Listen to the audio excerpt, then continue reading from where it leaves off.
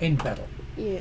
We had a battle against a Banshee. Yeah, we know. Yeah, we know okay. That. Yeah. When is the Well, in thing. that case, I do So have what's notes. the last note you've got there? Tablet of Gariah, air powers equals word. All right, so you've got the notes for the tablets, which we've got elsewhere, and we didn't get all the tablets until after the fight. Yeah. So you do actually have a post-fight.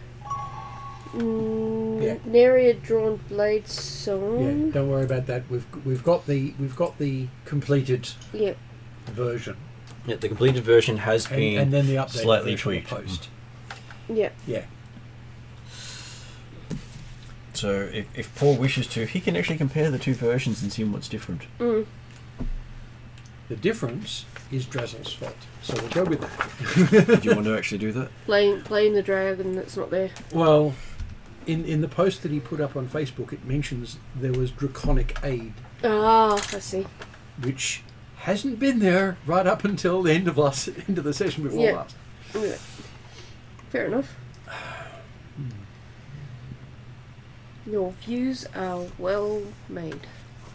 Well, if someone can, give aid to the future from the past. Yes.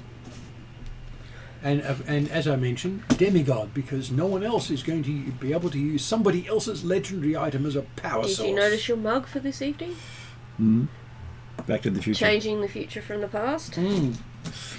Though there is an entire pantheon of time gods that do this. Yeah. Yes. Been listing a few of them on your symbol things. And Drazel is doing good impressions of being a junior one. Well, considering there's currently no time dragon gods. Yet. I was going to say, people can aspire. Of course, there is the thing of it's a time god, which means the moment he becomes one, he always has been. Right, well, so you're reading something? Sorry. As an example, the head of the Gods of Time sponsored himself. Yes. Fair enough. Even built the artifact he quested for and found. Well, made it easy to find. Oh, I was going to say, I think he just made his job easier. Oh, of course. He went and quested for it and found it, and then went and found it, and then went and made it, and then put it where he was going to find it, so he had it to find it. He pushed the wrong button after he built it and sent it back in time, and he found it as a mortal. Yeah, exactly. So it's a hilarious writer. The fact that he did it by accident just makes it funny. Yeah. But it's entirely fitting for a time god to do that. But he's the only one of the time gods to have done that. Yeah. Okay. It's sort of similar to, well, not sort of similar, but a similar sort of effect to one of my GM's NPCs who has used time magic on a couple of occasions. One of his things was, we're going to have a party. Cool. I'll go back and bury this vat of whiskey. I'll bury it just over there. So if you start digging, you can dig up 400-year aged whiskey. It's right there. That's one way to cheat the system. Basically, yeah. Once he'd sobered up, he would then go back in time and put the whiskey in place. Because you don't want to break the time stream by not doing what you should have done. Yes. Well, the thing is, it doesn't matter when it happens as long as you do it. Well, what it does lead to disaster. what it does lead to is time wizards becoming ghosts. Because they still have yet to do something that they haven't already done. Yeah. Is there a reason to actually cross-check the two versions? As if you were just curious. I'm not going to worry about it. Then it's not going to harm you either way. Yeah. What I will do is if we're going to read, do I need to read it out at all? No. It's only the result, which is the two sentences. Yep.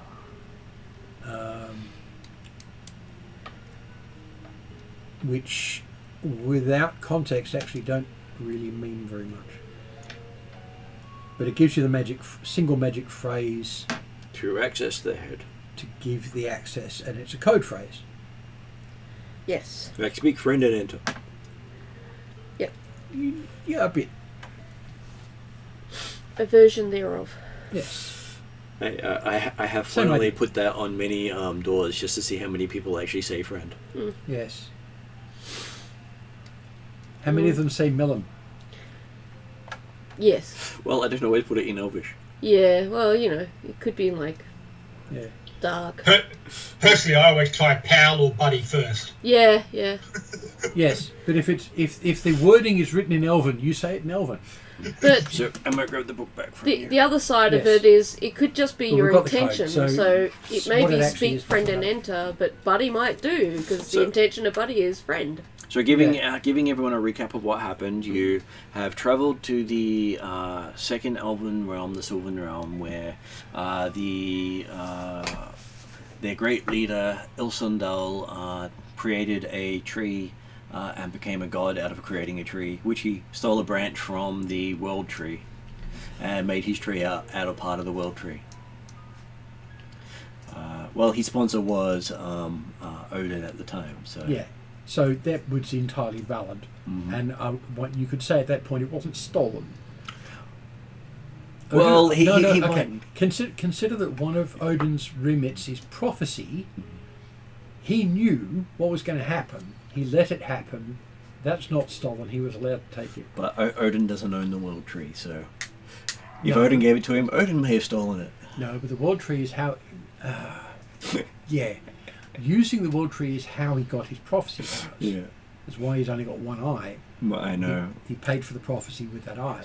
So he used the world tree to create the first tree of life, which you've found some details of in the place in this the writings you've seen in various places. Yep. So with that and the writings you've read here, you've understood that the Elves of Ilsundal have basically become one with the land. Yep. And as in they've separated four of their 5 elements from them Mm-hmm. and spread them into the land itself, Yep. Yes, puss. which is why the lands up until recently had elemental focus, Yep. because it was the spirit of the elves protecting it. And the land as the spirit of the elves protecting the elves. Of course, with what's been going on, plus the temporary loss of magic, plus a couple of other things. Yes. Using Things magic to are- sustain things when there's no magic doesn't work well. Yes. So things are extremely messed up right now. Okay, and so you were able to figure out from reading the tablets that you're to take the 4 elements that have been stripped from the elves and return it to the head, which the when you looked at the styling of the maze that you're in, looked like a person. Yes. So that goes into the head, and the 4 things are the So tablets. you had one tablet here, one tablet here, one tablet here, one tablet there, and they all go into the head. and the head was closed off. Yeah. So from Jeremy's perspective, you can see the shape there, Yep. Yep. and so the top section. If I get my hand to actually cooperate, up Yep. here is the one that's closed off Yep. until Yep. you read the phrase. The code phrase gives us access to the head. We then take the tablets into the head, and that puts everything in the right place. And there are now there would then be 5 elements all in the right places. And that also explains the context of the wording where it talks about praise the forest for its is the right arm to water, and praise the Yeah, tree well, for that's it the has thing, the feet to the earth. Yeah. So, it's- yeah. Yeah, they're all talking about the actual parts of the body. And which part of the maze they're located in. Yeah. Yeah. And But I'm assuming that as an elf, Clue understands what the words Absoluth, Etruaya, I know exactly what they are. area. They, They're the 4 elements, aren't they? they're Yeah, like barriers, Approximately. air, so more Atruaghin so- water. that along the lines of elements, but also along the lines of ideals. So Yeah. they would also have a name of someone that they venerate at the time, as in a holy shaman. Yeah. Okay. And so do we know what Atruaghin refers to? Is that like in the last one? Absolute we know was what- fire. We know what all of them are. Atzerai was water.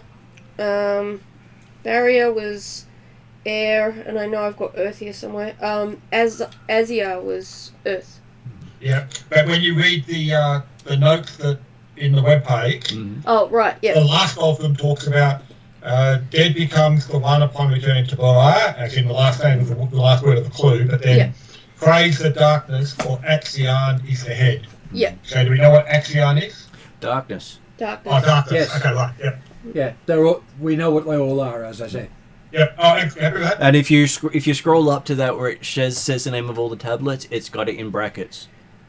Ah, of course, yes. Thank you. It's all good. I just thought I would let you know that little extra bit of information was there for you.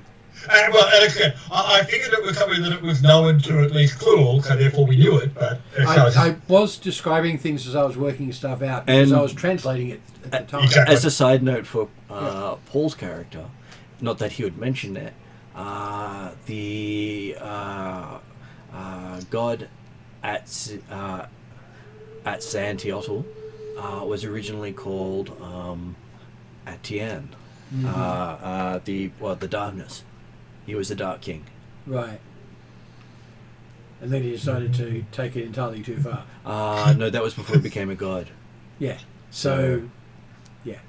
But he was known as the Dark King. Yes. But yeah, so it might be advantageous that Dracula is probably not paying quite so much attention to the translations as he is looking around, so he might not hear Cluel mumbling about the idea of Atruaghin. Oh, is that Atruaghin? Well, you'd know the link between Xantiotl and Atruaghin in the fact that Xantiotl has spent millennia trying to kill Atruaghin's people and has actually succeeded 3 times wiping out his civilization. Yeah. Of one of the gods that he is worshipping. The specific one in charge of the Atruaghin clans. Yeah. So certainly, yes, if you make that connection, Cluel should be careful to not mention that Xantiotl may be involved in this in any way, shape or form. But you think it's more of this guy took the name from this aspect, and as the king took that name. Yeah. So, Xantiotl is as much a title assumed by that being as anything else. The Dark King, I get the actual name. Let me see what they use for the name. So, Atzian was the name he assumed upon becoming a king, and then he took on Xantiotl after becoming a he named himself as a god. All of us get to name themselves. Yeah, as an immortal. So if I mention the king, the Dark King, pre his ascension, and then don't specify the assumption, the link between them. Absolutely, yeah. That's what I mean. Well, the thing too is that once he becomes a Xantiotl, he's then the enemy of everybody, not just that one people. It's just he holds one hell of a grudge to Elsendil if he's going to go around to Atruaghin, sorry, if he's going to go around killing 3 entire civilizations just to piss him off. No, this was why Atruaghin was mortal. Yeah. So Atruaghin became a god after he destroyed his 3 civilizations and has gained more power than Xantiotl, and while Xantiotl doesn't consider him a threat, he's actually the biggest threat to Xantiotl in the setting. Because he has a personal grudge against him, whereas the other one doesn't even care about him. Yeah. He just wiped out his civilization multiple times, Right. So Xantiotl is basically a dick. Yeah. He's like another version of Loki. No, Loki as in the not the Norse connected to the rest of the pantheon, the version of I'm just a trickster god playing horrific pranks on people because I think it's funny. He's an edgelord who thinks he's Loki. because that's basically what he's doing. Loki himself, if you read the old stories, he was a prankster, but he was not evil until he was tricked. No, unfortunately, in this setting, he is not a nice person. This one, he's a dick. As a lot of the trickster gods who want to make your life worse through the trick than better. Yes. Whereas Koratiku, another trickster gods, wants to improve your life through tricks. Yes. Not hamper it. So he's the other end of the trickster spectrum. Yes. Okay. They're always fun. The Zen trickster. You get tricked and learn stuff. You've got the tablet sorted out. Took you a while. Yep. Luckily, no more banshees come to life to attack you, though, considering that banshee probably is unresolved, will probably keep respawning at some point, because that's what banshees do. Right. It's the only way to stop a banshee from forming is to resolve what made them a banshee in the first place. Which means finding out what that is. And it was dressed as a tree keeper. So you assume that it was the last tree keeper of the tribe. Considering she also had mangled hands like the skeleton you found. Right. Which actually means reinstating the tree may actually resolve him. Her. Not all tree keepers are male. No. Well, it doesn't matter. The tree keeper. Under Elven tradition, the male joins the female's house upon marriage. Yeah. So it's fine. It doesn't really matter. The gender of a banshee is immaterial. It's undead. Yeah. It doesn't matter anymore. The traditional version is an elven female spirit. No, that's right. Legend of it. I know. Yeah, I know the legend of it. But when you have someone who's been transformed into one, who they were originally becomes immaterial. Except for the history of how to fix them. Yeah. That's the core to getting them back together. Yes. That skeleton we found was with the... Manticores. Oh, I was going to say manticores? Yes. Yeah. Yeah, and it had to have been something to do with the tree that turned them into a banshee, because just being killed by manticores isn't going to do that. They were obviously not killed by manticores. Yeah. When you saw her, she looked like she had been tortured to death. Yeah. And then placed there. Yeah. Because there was no way she could have written the note. Yes, that's right. Yeah, she was left in place. Yeah. And the only reason you knew she'd been tortured to death was you made the medical check and saw how much of her bones had been damaged. Yeah. And repaired damaged.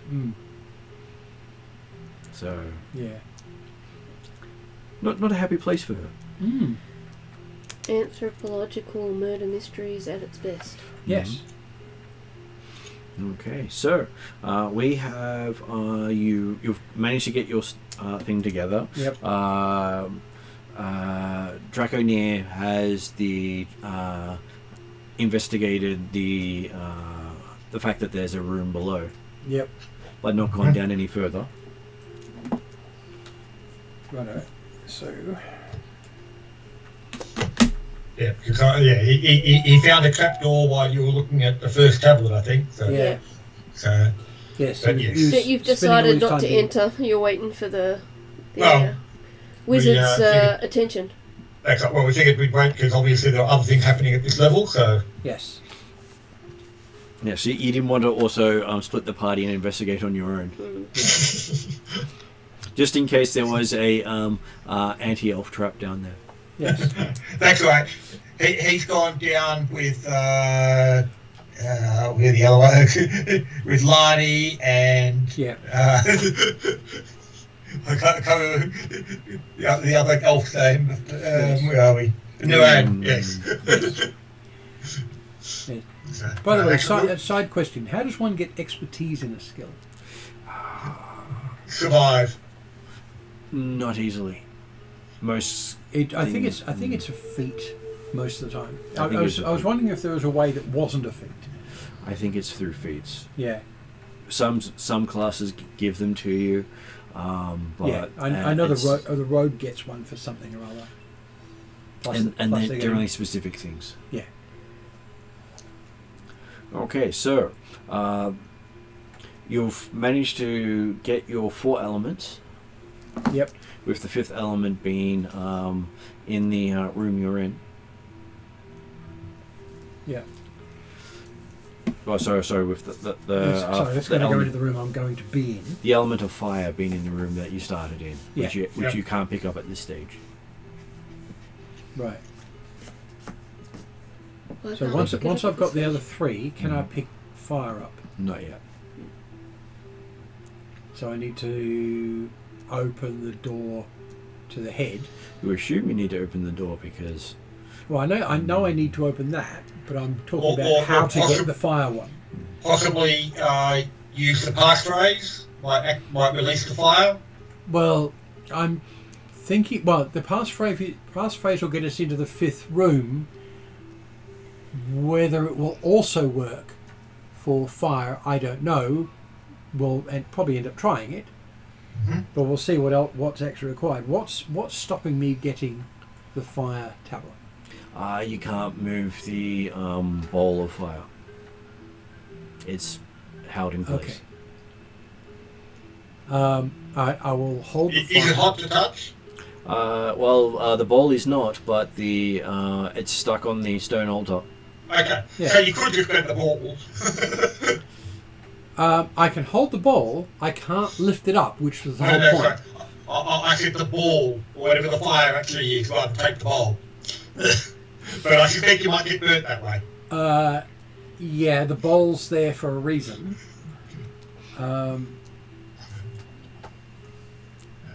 Yeah. Plus, if I was doing something like this, the ball would be there invisible, but you could not pick it up. You just run your hand through it and set fire to yourself. Okay. Well, so inside the ball is a metal sphere as big as a fist, which is red hot and has flame spouting from it every now and then. Right. So it's like Yep. a coal type deal? Or? Well, it's a hot metal ball. It's As hot- if Okay, so it's a as if- perfectly round sphere? as if it's come out of a forge. Yeah. All right. Is it small Dracula enough for me to lift up using Mage Hand? Quite possibly.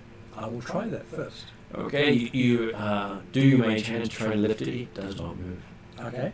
I was expecting that, but it was worth a try. It doesn't even nudge in any shape or form. All right. I will hold the ball on the outside, just for Jeremy's sake, and I will use the passphrase on it. Okay. So calling out the passphrase, you hear it, even though you're not really shouting it, it echoes loudly around the place as you Right.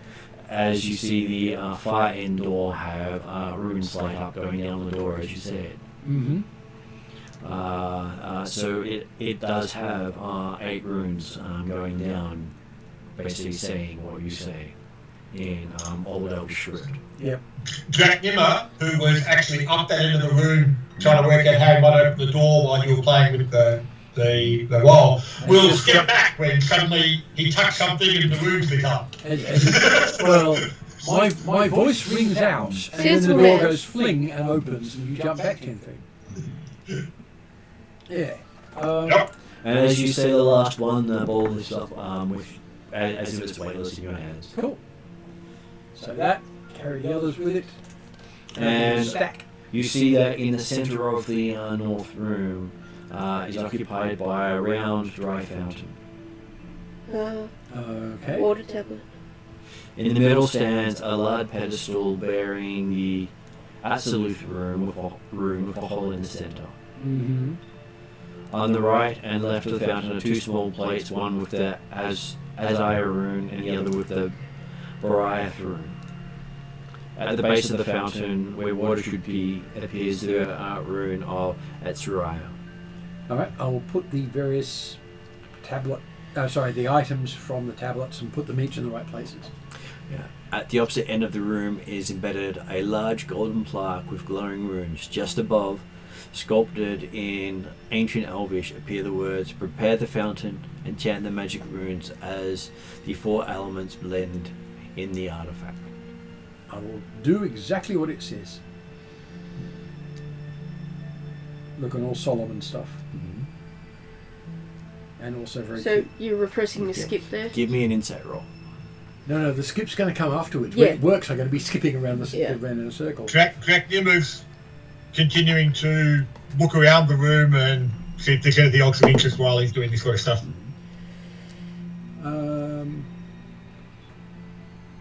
18. 18. Yeah, sort of. Okay. You think you have to dump the flaming ball down the center hole of the fountain? Yes, that does make sense. Because sitting on top is just No. won't do anything. It's just going to sit there being hot. But there's a hole. There's a reason for that. So I'll put it there. Well, I gave it a DC 10 to figure that out, but I Yeah. thought at least give people a chance. Yeah, well, that's fair enough. I'll put that there. Well, I was thinking, we'll put it all in place and go, okay, that's there, and that's there, and that's there, and this is all flowing that way, and that's just sitting there being hot. There's a hole. And looking pretty. And looking pretty, Yeah, looking Right. pretty goes a lot Right. towards it, right? but there's a hole that's not presently in use. I'm going to make use of it. Tip. Okay, so suddenly flame springs forth from the pedestal, mixing with the whistling, whirling wind blowing from the statue. The onyx blends with the rest of the stone, turning the fountain into precious onyx as well. Ooh. So it pretty much fits with the whole darkness aspect being the thing that binds everything together, Yep. which is an irony considering it wasn't written that way. Yes. Uh, It does work though.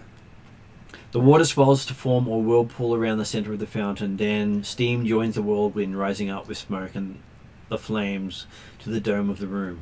As the four elements blend together, the 12 symbols on the star map appear on the dome and glow with the same fire as the runes.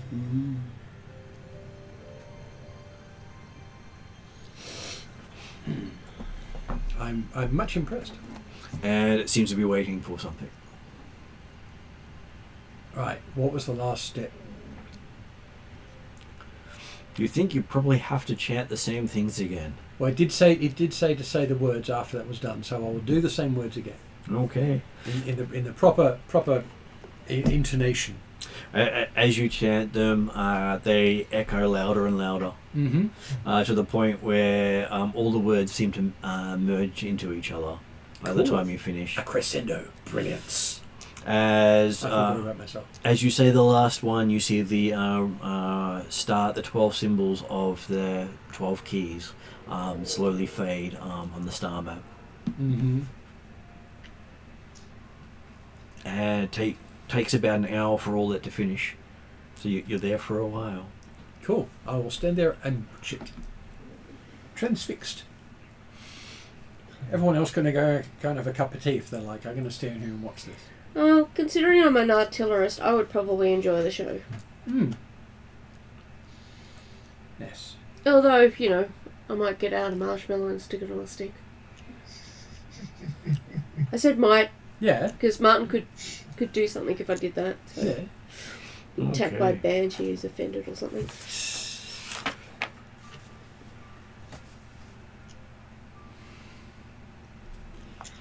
So after the first 5-10 minutes or so, are the doors still open into the body? The doors are still open into the body. Okay. Mm-hmm. Assuming he doesn't find anything otherwise interest around inside the head area, he'll go and stand near the door, and possibly another 5-10 minutes after that, he'll start doing a bit of patrol around the area and make sure nothing else happening. So Yeah. Okay. A very practical idea. Yes. Well suited to your character, though. he's been burnt enough by these bloody elven places. Well, this is the thing. It's sort of, you're not elves, where none of us are expecting you to actually have any real feel for the significance of what's going on. I'm certainly interested in the processes involved, but as I said, But he's been zapped by the tree keeper's house. He's still got the star in his hand from the nymph rune, I think it was. Plus we've got this, which, yes, is spectacular, but it's happening in an elven time scale, which is why it's an hour, not 3 minutes. At minute 8, it's entirely valid for you to decide to go and have a cup of tea and watch. And then after it, the lights die down and it finishes, you start to hear echo of horns above you. Mm-hmm. What type of horns? Well, they sound like signal horns. You're not exactly sure whose they are. Right. Because you've not heard their like before. Okay. Are we? Were there any horns sounded when we attacked the fort and stuff like that? Like the bad guys, did they use war horns? They did use horns, but they were more cruder than this. Mm. Okay. Yeah. Yes. If they're war horns, they're probably elven ones. What elves? Any elves that happen to be around. They may not be elves using them. What I'm saying is the horns are elven because they would sound good. Right.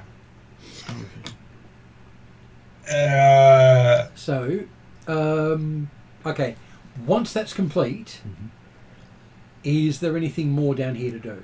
Well, you did have Draco need to tell you about a passage going further down. All right. Okay. That's right. Yes.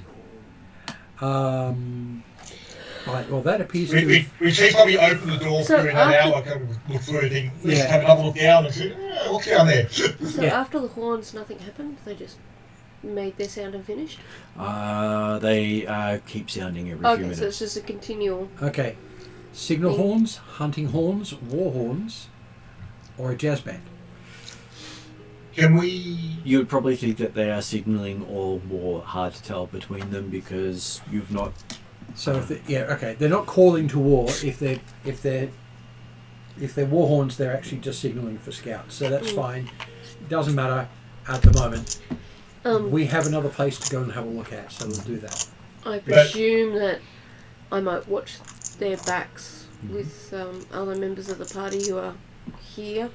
Yeah. Okay. From the body area, Yep, we still had the dome above us, didn't we? you do. Give me a perception roll. I was going to say, can we see or hear anything, or if there's horns sounding above us? Where am I? D20. 17 plus, where am I? Perception was 10, I think, from memory. Yeah, 27. 27, okay. With a 27, you do notice that there are lots of shapes moving above you. Uh-huh. Do they look like shapes of wolves and humans in black heavy armour or whatever it was that were fighting in the forts around the edge? Well, the crystal is not see-through, so it has that level of transparency, so all you can tell is that there are shapes moving above you. So translucent. Are some of them larger than others, like the idea of the griffins that were still flying around killing off wolves and things? They appear to be, but they also appear smaller when they move over certain other parts of the stone. Okay. Okay. So the stone is reflecting and changing the light as it comes through. So Yeah. making it hard to discern what's actually there. Right. Well,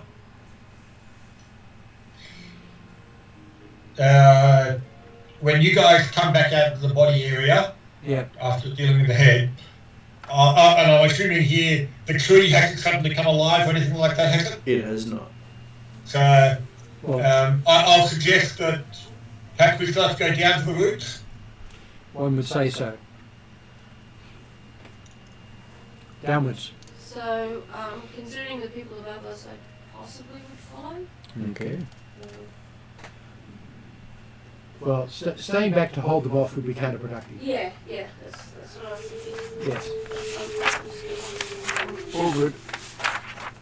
Okay. Okay, so going down the trapdoor, you find yourself going down a flight of stairs with a passageway with doors to the left and right and straight ahead. Mm-hmm. So you can go either of those ways. This Left. is as far as you got before you went back up last time. Okay, cool. I will listen at the door on the left. Okay. Perception of 22. 22. Okay. You're sure that there's nothing in there? Okay. Which means it's I falling will dead, right? see if I can spot any traps on the door, and then also whether it is locked or unlocked. Only 15 for the looking for traps. If there's traps, you can't see them. They're obviously not there then. And is the door locked? It is not locked. I will open the door. Okay. You see a rectangular room containing very little furniture. Quite elegant, though simple. The bed is left unmade and dusty. On the table near the bed is a large book. On the opposite side sits an oaken chest. Under a large horoscope. At the foot of the bed, several dozen books are piled up along with a stack of parchments. Okay. And obviously, apparently, no one home in the bedroom. No one home in the bedroom. No Little Red Riding Hood either. I Or a will. wolf in a bonnet.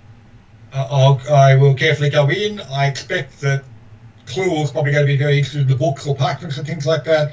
So Yeah. I will go and have a look at the chest first of all. All right. We'll do exactly that. Again, see if it's trapped and or locked. Okay. The chest doesn't even have a lock on it. Okay. In which case, I will, let's say, have a bit of a look for traps and then aim to lift it with a tip of the stone dagger to open it up while standing at the side. Inside you see what appears to be dusty clothing. Okay. Of what style? Old style? Really old style? A style you can't recognize.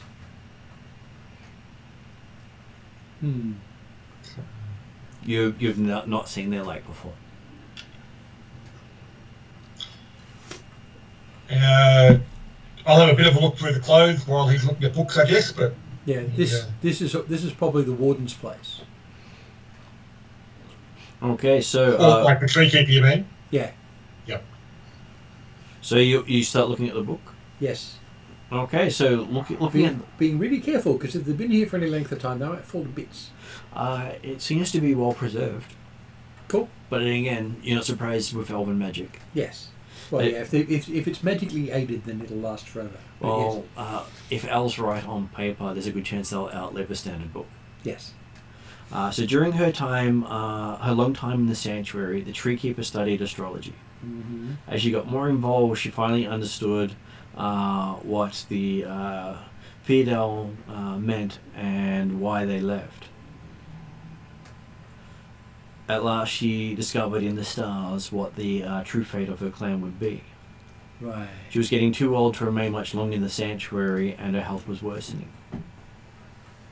She tried to leave the sanctuary and awaken the next treekeeper as a notation, as a last entry in the book, and also noted down that she has witnessed wolf patrols in the forest before leaving. So she basically went out to wake up the next one and got whacked. Mm-hmm. Well, poo. Poor woman. Is this our banshee? Yeah. And that the chest contains her ceremonial robes. Oh. So, Okay. so to solve this particular banshee, we need to wake up the next Tree keeper. tree keeper. Or possibly avenge her death. Both. I would say, considering she's a tree keeper, probably the other tree keeper is Well, her preference. is the preference, because she's Yeah. already accepted the fact she was going to die. That's why she was Yeah. going to go and do it. Mm. So her death was not per se. It's not the issue. It's the fact she It's the didn't tree. complete what she was aiming at. Yeah. Okay. Meanwhile, Draknimmer will go and have a look at the other door, the door on the right, and There's a lot of doors. And so does... Because I'm expecting that we've lost Clue for at least another couple of hours now with books in the house. Possibly, yeah. I was also trying to find out if people were going to look past the clothing on top of the chest. I think so. I was looking through the chest a bit. Okay, so I was just trying to get that from someone. Yeah. Underneath the clothing, you find a mirror. Mm. Do you see anything in the mirror aside from maybe our images? Sorry, I hadn't finished speaking. Oh. And the mirror seems to be backlit by something. Oh. What's the mirror made of?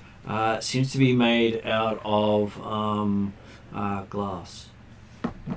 Hmm. It's all glass, is it? It seems to be made out of all glass. Unusual. Yep. So I was going to say that, yep. Assuming it was a metal frame and stuff around it, Jack Dimmer was going to actually just, grab some of the old clothing, carefully put it aside, and then look through other stuff. But the cool glass, he will carefully add to take the mirror out of the chest and put it up against, like on the bed and like that. So. Well, if there's light coming out of it. Okay, as you lift it up and out, light from beneath the chest starts to glow up and light up the room as if like the sun's coming out of the chest. Ooh. Oh, okay, so the light wasn't coming from the mirror. No, it's coming through it. Okay. There is no, you chose the word backlit. Yeah. Yep. So. And as you're doing so, Dracnomir hears a voice asking, "Who are you?" This is going to get me distracted over in that direction.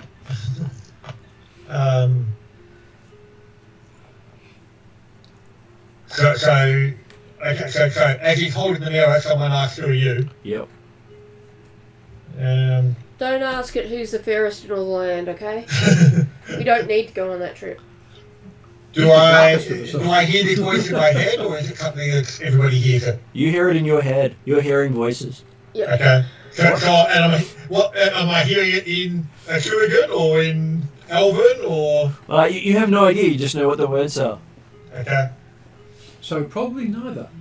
No, that's fine with that. And no accent. Okay.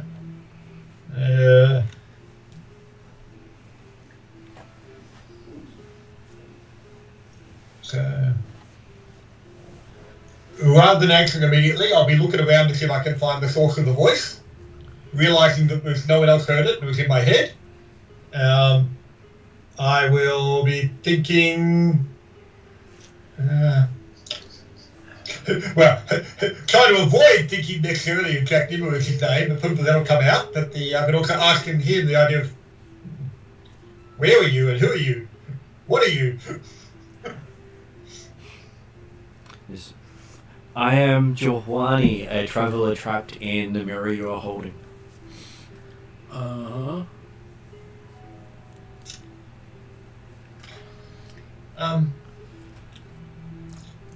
It was Pettigear that got Redry out of the mirror by swapping places with him, wasn't it? It was. Yep. Yeah. Which is why I found it an irony you picked up the next one too. Yes. I've done this before, I'll just do this again. Okay, and while he's having his conversation with himself, Luell sees in the bottom of the chest 10 miles of sunlight. Wow. And you recognize them for what they are, oil or sunlight. And each vial is basically a legendary elven item. Oh, you could struggle. Made from the lifeblood of the Tree of Life. Which means using it to resuscitate the Tree of Life is pretty well a basic at this point. And you've never seen vials that large before. Well, considering the tree it's from and what they're here for, yeah.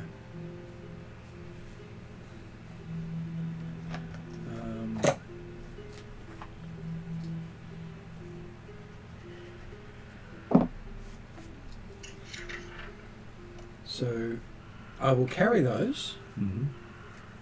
and wrap them up carefully. Each one wrapped individually, Mm-hmm. and then wrapped up. Well, the equivalent of these vials are large, so Each one's going to need its own bag. Each one has the equivalent of 40 doses of a legendary ocean. You've got more wealth than the Elven nation I was has just, here just in this thinking of the amount of money that using this to resuscitate the tree is going to be giving up. Well, no. I'm more thinking about how many vampires are in the next room. Also a possibility. We So should we only need need. to have the weapon again. This is a legendary item. We should only need 1 or 2 doses. Not even a whole bottle. Maybe it's meant to stay there and we're only meant to take the doses that we need. Well, we don't know how many doses we're going to need. We can put them back afterwards. Okay, yeah. And as you pull them out, you find that there's also a small golden chest in there too. Okay. What's in the chest? You open the chest that has what appears to be elven waybread. I will check that out because I'm going to guess it's not actually normal waybread. Well, it's fresh. Well, It even has that warmth of just being made. So it's true. sounds like perfectly normal It's barely waybread. a few thousand years old. Yeah, well, as I said, it sounds like perfectly normal waybread. That's right. I've got a ritual spell that does that. It's technically fresh in the oven at 3,000 years. Yeah. And warmed by godly sunlight. Hey. I'll give it a sniff. Is it actually normal waybread or is it special waybread? Smells like normal waybread. Okay.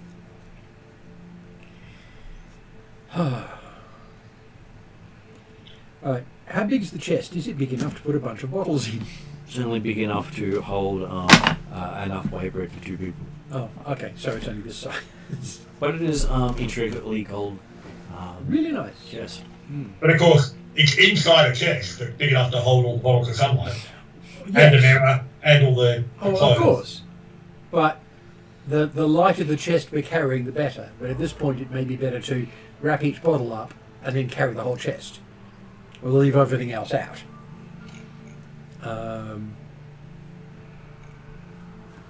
And the books near the bed are seen to be elven legends and lore from predating the second elven civilization. So books that no longer exist.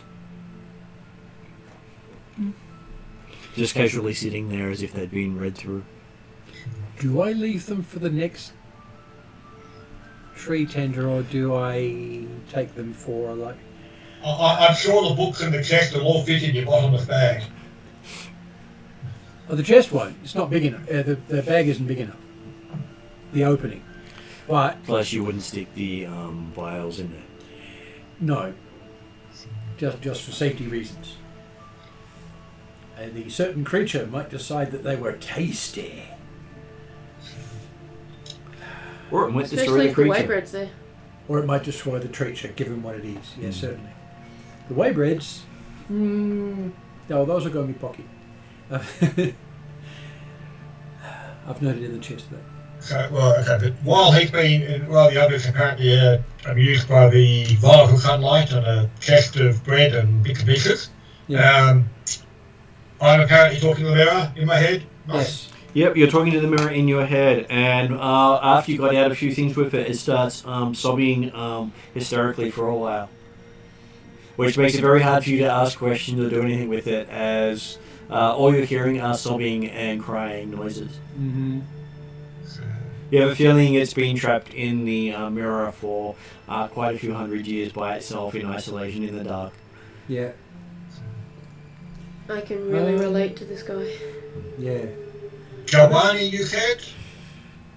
There's a lot of sobbing with At this stage, I'll be speaking out loud, talking to the mirror, and ask the others if they recognise the name Giovanni. Okay. Do That would be potentially a history roll. Yep. I'm assuming I don't recognise the name Joanna. I'm looking more towards the elves, so. Yeah. I've got an 18 plus history.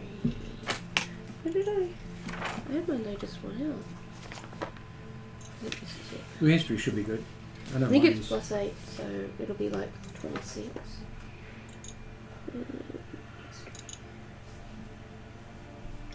It's better than mine, but you're smart. 8. So 26. So over 26? Yes, on history. Very nice. Yes. You have heard the name Yawning associated with creatures of air and spirit, but not for a long time.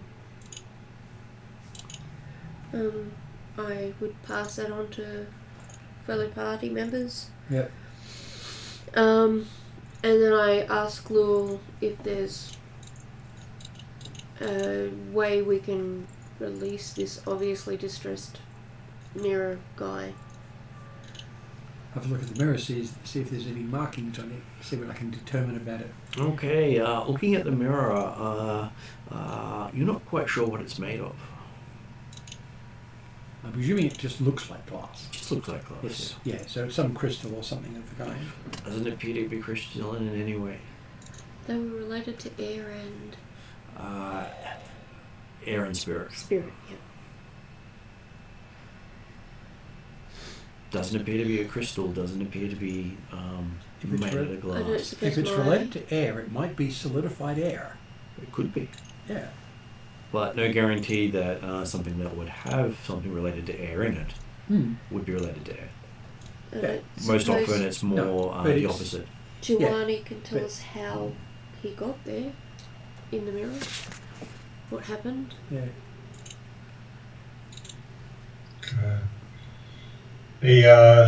Yeah, we'll have to question him if we're not going to get anything from the mirror. Yeah, Can the others actually hear Giovanni or hear the sobs? No, at the moment only Dracnomir can hear the voices and the sobs. Well, So you said Giovanni. I presume you might have said there's this guy sobbing out of this mirror instead of Giovanni. Yeah, no, that's not. I certainly have to explain what I'm hearing or seeing. So yeah, I'd basically, can you ask the mirror guy how he got to be in the mirror? So I will try and calm him down enough to get conversation out of him. Any elvish type lore about trapping air and spirit for some reason or another? Well, what you know from him is that he can't remember much beyond being trapped in there for so long. He can't remember what it's like not to be trapped.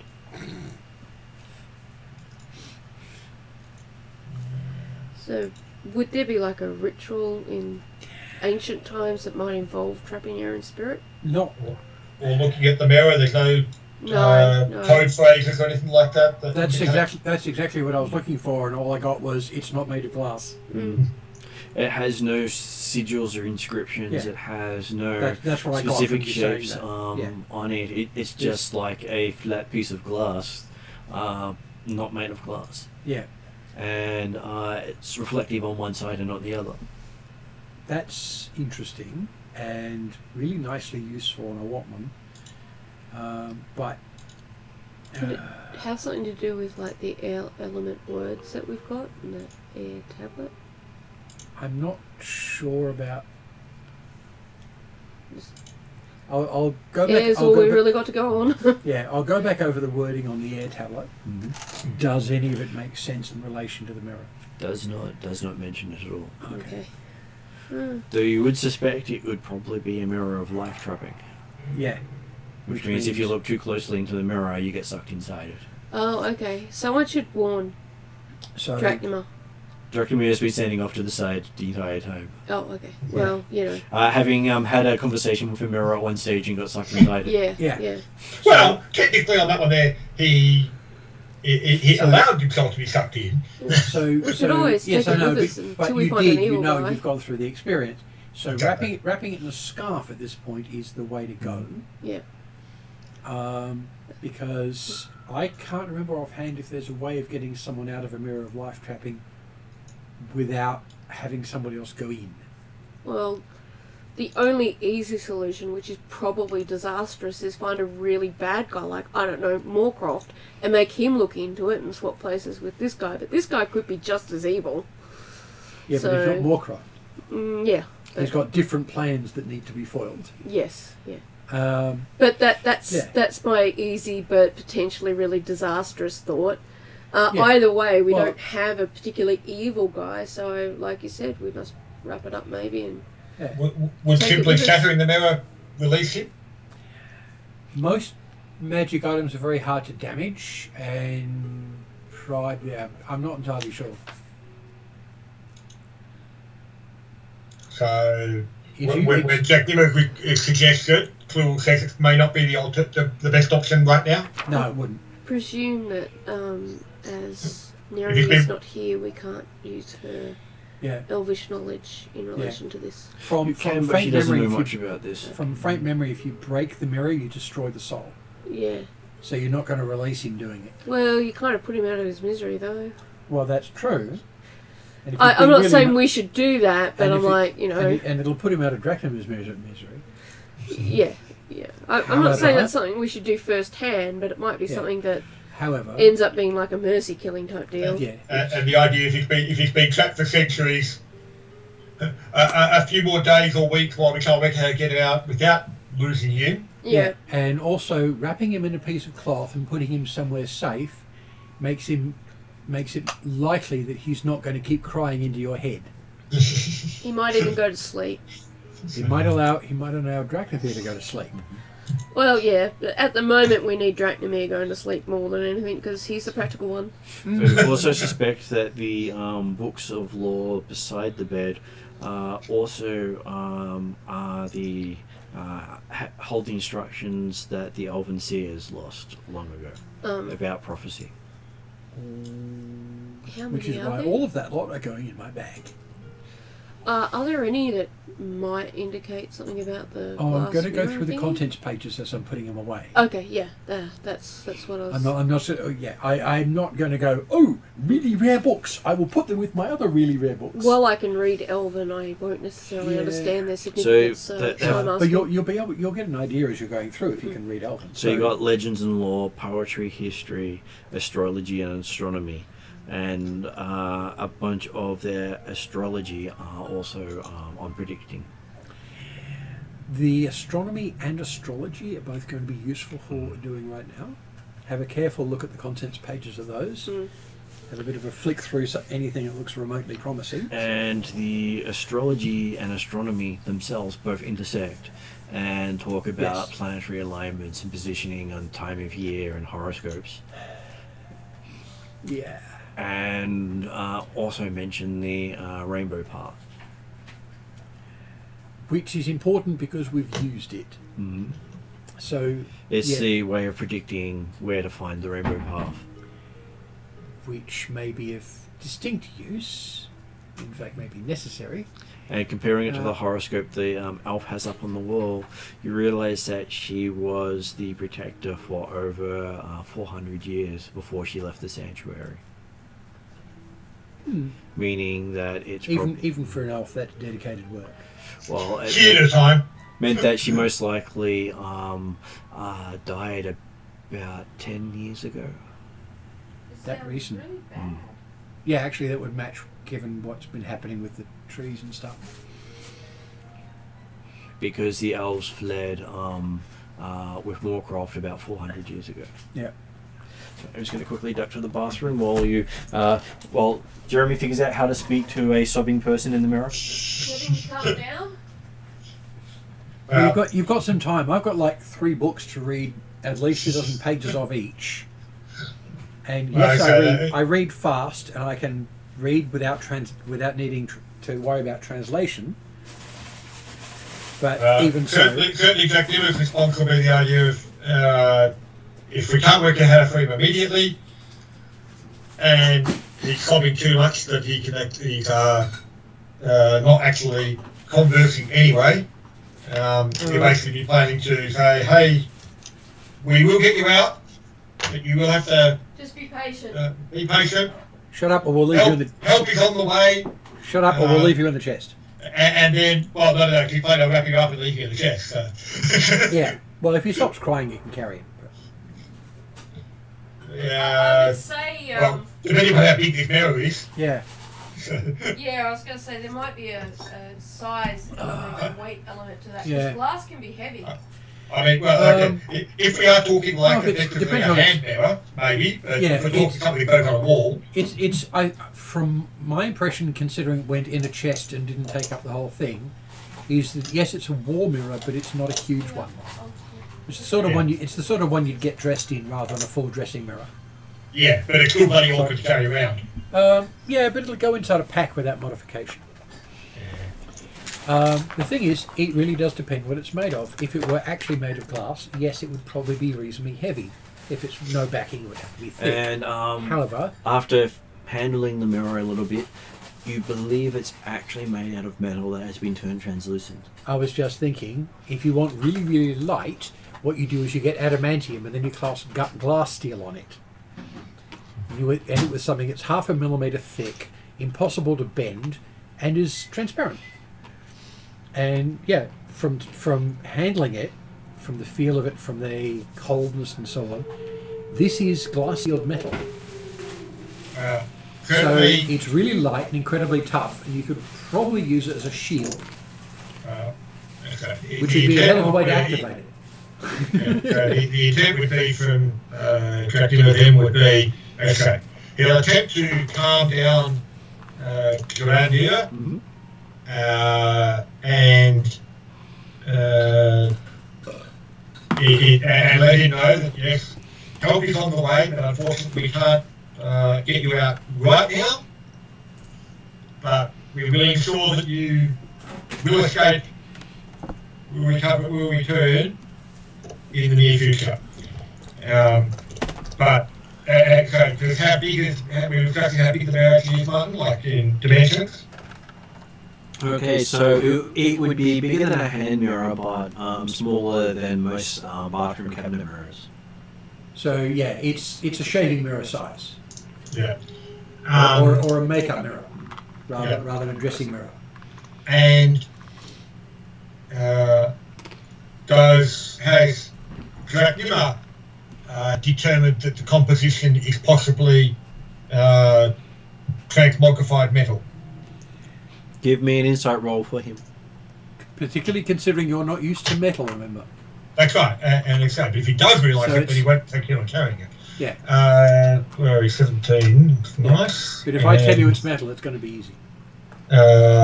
Insight 24. You recognise it as the sort of metal Redrin was asking you to look for. That's interesting. Yeah. It's space magic. Ah. This is one of his bloody cabin windows. So.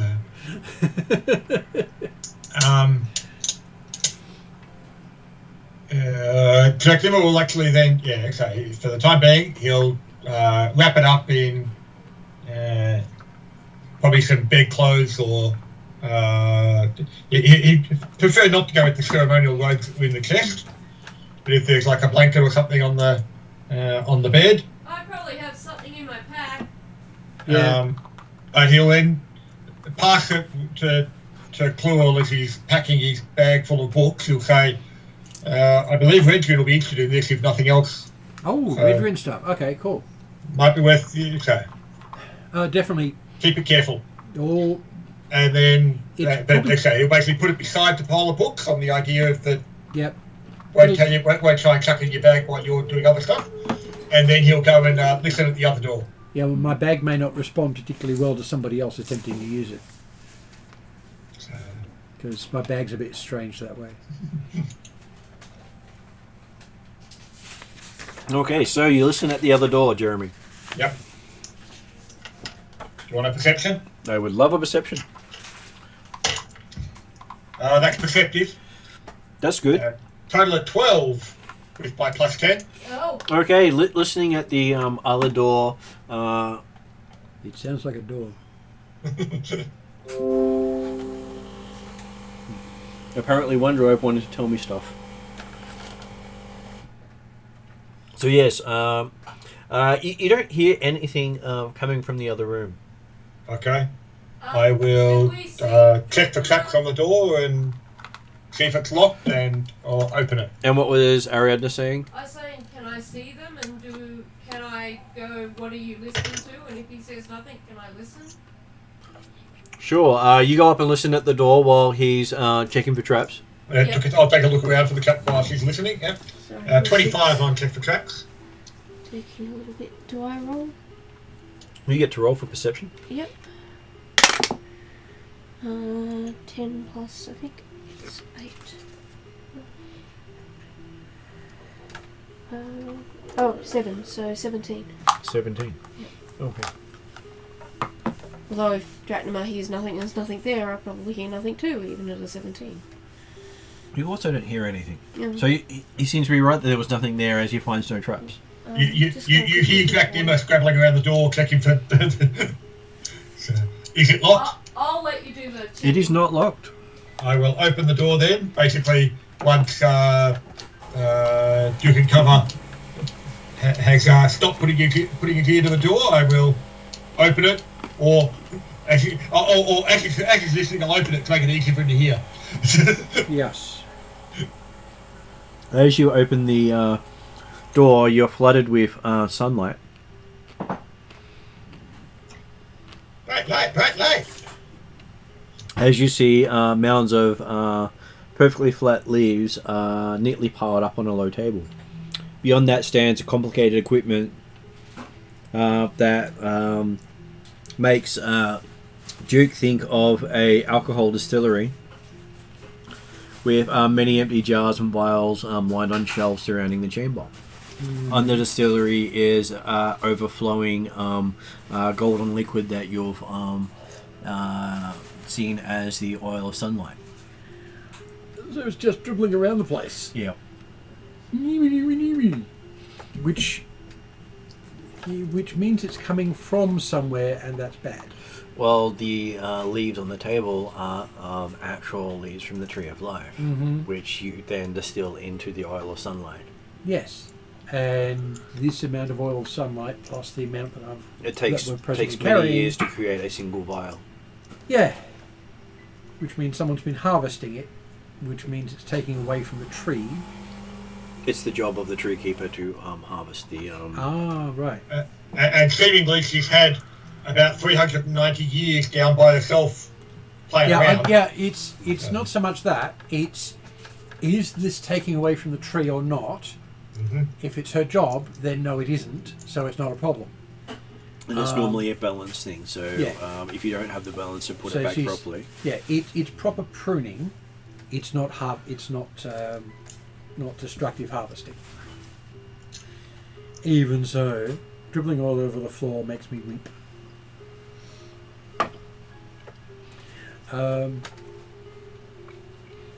It also gives me the thought of licking some of it, but that... Well, may not there be is good. the thought of at least vials worth, so 40 uses all over the floor, besides what's still in there ready to be topped. Wow. Is there a bottle and a sponge that I could get the stuff off the floor and put in the bottle? I'm an artillerist and tinkerer. I probably have those supplies. Once it You could even touches... syringe it up. Yes. So I would endeavour to do that. So I said, I'm looking for a sponge, and you go, oh, I've got a better one. Yeah, I can take care of that. Because I'm I'll have gonna vials and take bottles it. and things. Yes. I'm going to take a wild stab in the not so dark. Mhm. There's probably no vampires in this room. Probably not. No, not with all that light. Nor shadows, nor... Yeah. Or whites, or... It still leaves me to think, what would be the effect of consuming a dose of this stuff? You probably wouldn't want to. Well, I offer you a taste if you want it. Everyone would know that the light comes out of Lil's ass. That's true. Considering I'm a gnome, I already know this, don't I? Well, it is... Is this a PG session? It Yeah, is. hopefully no one gets that reference. Is equivalent of distilled magic in its ultimate form by elven magic. The entire elven civilization, as you know it, is built on this material. Yeah. which is why it's their job. So me consuming a vial of it a dose of it may be rather a waste, really. I don't know. Seems perfectly appropriate ambrosial fluid for the king of the Shadow Elves. It's rumoured to be able to bring an elf back from the brink of death, no matter what. It would also probably recharge all your spell slots. And it has many other benefits. I'm gathering it won't bring a banshee back to life, though. Most of them. No. Well, you have to have some life in you still. Yeah, back from the brink, not back from death. Yeah, I heard that. That's Yeah. fine. I said The elves don't believe in bringing people back from the dead, Yeah. because for them that is they've passed on. sacrilegious. Even if they've been murdered, it's still net. Dracnim is going to continue down the corridor towards the door at the end. Okay. After I finish getting all this liquid back into a vial for... So you managed to get. You've now got a vial and a half extra, Okay, cool. Okay. but you're only able to get about half a vial from what was on the floor. Yeah. Right, that's all right. I presume I wouldn't be able to get all of it, but I'd give it a good shot. Well, you have to be careful not to contaminate it. Yes. But the ground itself, where it was, almost looks like new. Yeah. You know, freshly cut, freshly polished. Yep. The stones have been brought back from the dead. Yes, and it's been purified, which is why the mold hasn't become incredibly huge. So we're continuing down the corridor, or Well, looking at Dracnim other is, and he'll do the listen, check for traps, Yeah. locks, etc. Okay, so spending some time listening, you don't actually hear anything more. You think this, like the other doors, is the inside of a sanctuary where they don't really lock their doors. Yeah. They don't expect... If you've gotten into this place, then locking Yeah. doors isn't going to make much point. Well, yeah, A lock and- is a lot less it's a lot more pointless than the runes and wards they had outside the sanctuary. Yeah. If you're inside, you're allowed to be here. Or And- we couldn't stop you anyway. On the same token, he's perfectly confident there's no traps on the door. With a roll of 1 for his perception check for traps. Well, on a roll of 1, what trap do you perceive is there? No, he's absolutely confident there's no traps. This is when you fake it till you make it. Okay. Like, it's a case that, irrespective of whether there is or not, there's never been traps in this place, so therefore...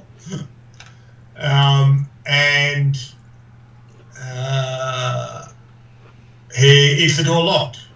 The door, We described it haven't been locked either. the door is not locked.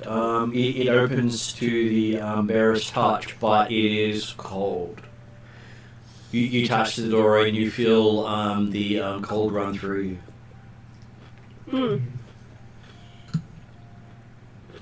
As a spiritologist, we technically got his door up at the moment because he put it up when the banshee hit. Yep. Which may actually affect what he actually, whether he feels the cold in the same way, but yes. Are we talking cold of ice or are we talking cold of the dead type stuff? You're thinking cold of the dead.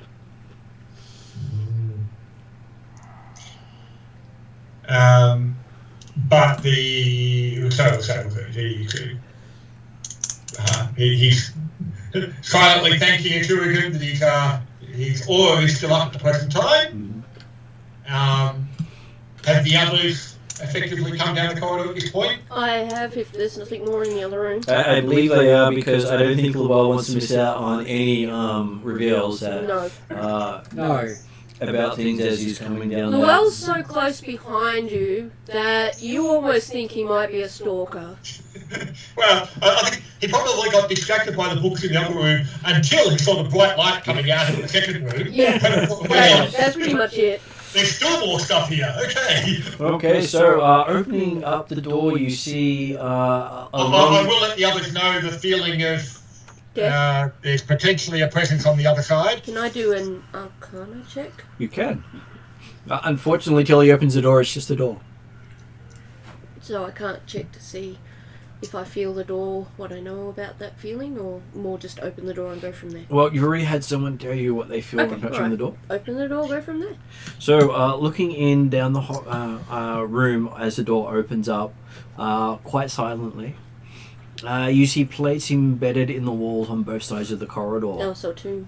And the first plaque reads Ilsundal.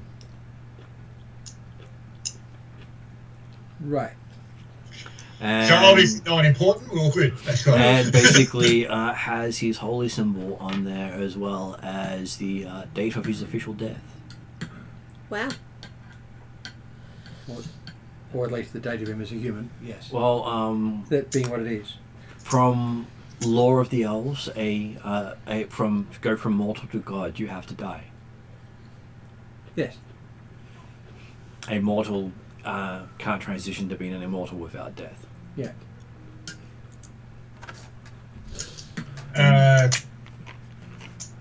Whilst, again, Claw gets distracted by nameplates and things like that, how big and long is this corridor?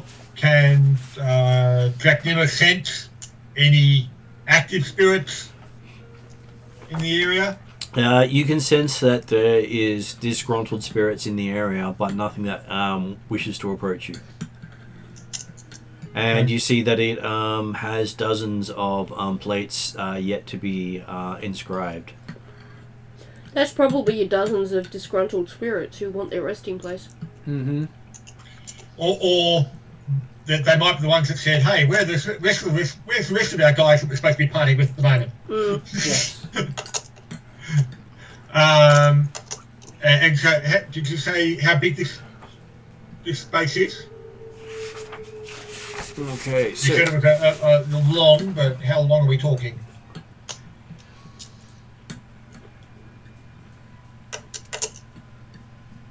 So about 200 feet long by about 40 feet wide. Oh, okay. Well, Dracnima will keep going for doing the skirting of the area to find out any other exits or anything like that. Doesn't look like it was fully filled, so there's still lots of space besides a bunch of unlabeled plaques, which means that they'll probably set up for future tombs, but only their honoured heroes were entombed here. So Llewellyn is seeing names from his childhood legends. And being mightily impressed by the whole thing. Because the thing is, these tombs are believed not to have existed. Like an 8-year-old in a Because dinosaur museum. elves don't do this. This is not the elven culture you know. No. This is old stuff. So That was current 10 years ago. Dracnima's going to be watching the other party members and just confirm that none of them get too curious about trying to open tombs or things like that. The elves you know left this land 2,000 years ago. Exactly. Where some of them left also 400 years ago. Yeah, but this place is being maintained. Yeah. So yes, an 8-year-old in a dinosaur museum when they've just had new exhibit put in. And they've just dug in a megalodon. Don't touch the tomb. Don't disturb the tombs. Okay, so Dracnima gets to make a perception roll as he's wandering around. That's better. 26. Okay, you recognize what appears to be a trapdoor in the center of the room that is disguised like the cobblestones. Okay. Again, I will see if I can find evidence of a trap upon the trapdoor and or an opening mechanism. So, taking a look for traps. 24. 24. You find no traps there. Okay. Did he work out how the trapdoor could be lifted? You believe you can pull the flagstones up.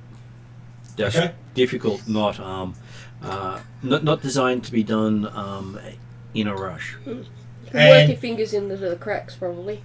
Having just been telling the others, don't go around disturbing the tombs, he's confident that this doesn't seem to be actually a tombstone or anything like that? It doesn't appear to be a tombstone because you can actually feel what appears to be space underneath. Okay. I will aim to lift up the trapdoor then. Okay, pulling up the flagstones that were seem to be balanced quite well over the top of it, using as little metal as possible. You see what appears to be a smooth well just going down into the darkness. No ladder? No ladder. The walls themselves are very smooth. Okay. I'm not getting too close to that. And how wide is this space? This space is only about 5 feet wide. Okay, so it is effectively the standard climbing chimney type stuff that you could Could we set a light down there or something? easily go up and down with your legs on one side and shoulders against the other side type stuff? You could, but touching the sides of the walls are slippery. Smooth. Yeah, like smooth. They're designed to stop someone using it for grip. Yeah, okay. Right. Meow. Come here. I'm just trying to check with The it. whole game is yelling at you for attention and then not making himself available to get some. It's And I... Bugger. Dimitri that's got the dark elf, the The dark car. vision lenses. It is. Oh. I had my laser pointer in my pocket. Oh, yep. And it's not in my pocket. So it's in the car. Hopefully it's in the car. Yep. Sorry, what was that Yeah. Dracnomad did? Jackie was going to, as soon as I remember whether it can, light spell can be cast down, or get cast on something and dropped. Is that the... That Yes, is yes, the it best can. way of doing it. As opposed to a dancing light that actually creates the things to move around. No, a light spell, the normal way to do it is you cast it either on your top of your helmet, a shield, or a rock. Yeah. So, Good thing about a rock is you can close your hand over it. yeah. But also in this particular case, it's the idea of it can be dropped down a well to see exactly how far down it goes. Oh yeah, that's the other reason to use a rock. I'd say from the most of this place, it probably won't be a sound of it hitting the bottom, but it's worth checking. He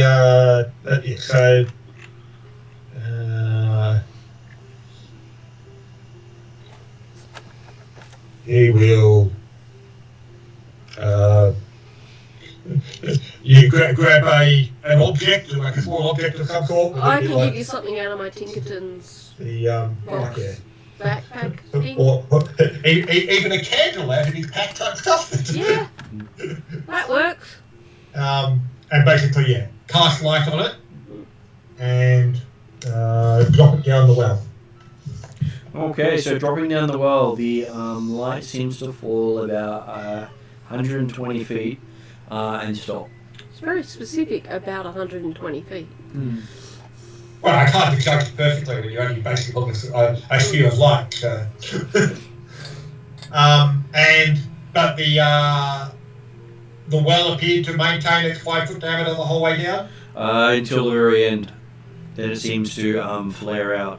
Okay, right, so actually it doesn't seem to have touched the bottom of a 5 foot well. It appears that there might be something like a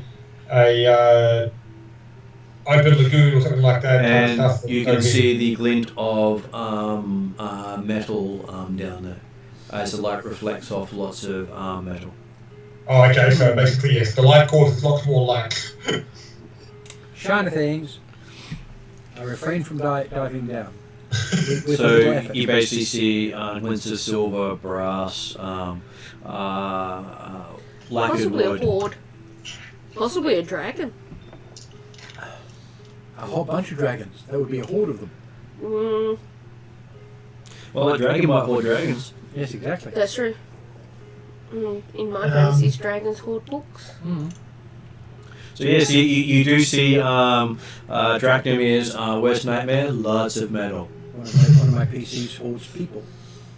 But he also then mentions that would this count as something very deep? Referring back to the tablet where it said the eldest ordered the final act, and to our wealth, history and law we buried it deep. That would be it. So one of us might need to go down. I don't have featherfall. I don't care. I'll hit myself at the bottom. You go down. I'm thinking seriously about it because remember I've got a thing about wealth, mostly because of the armor I'm wearing. Would not then be wiser to send me down? It probably would, but that would not involve me going down and having a look. Well, I could tell you what's there and make sure you know whether it's worthwhile. How heavy's Plural? He's an elf. I'm sure he believes he weighs nothing. How far down is it? 120 feet, roughly. A dimension door down there. Okay. You appear down the bottom. Yes. No climbing. I'm just down there. Fair enough. And you realise your sword's still with you. I'm impressed at my sword. There is this. You can actually see the hole you left in the space behind you. You can actually see Dracomir right next to you through the hole. Oh.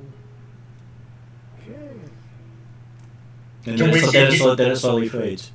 Can we see him? You saw him for a moment as the rip just closed. closed slowly. Okay. It's a hell of a dimension door the sword just made behind. Wow.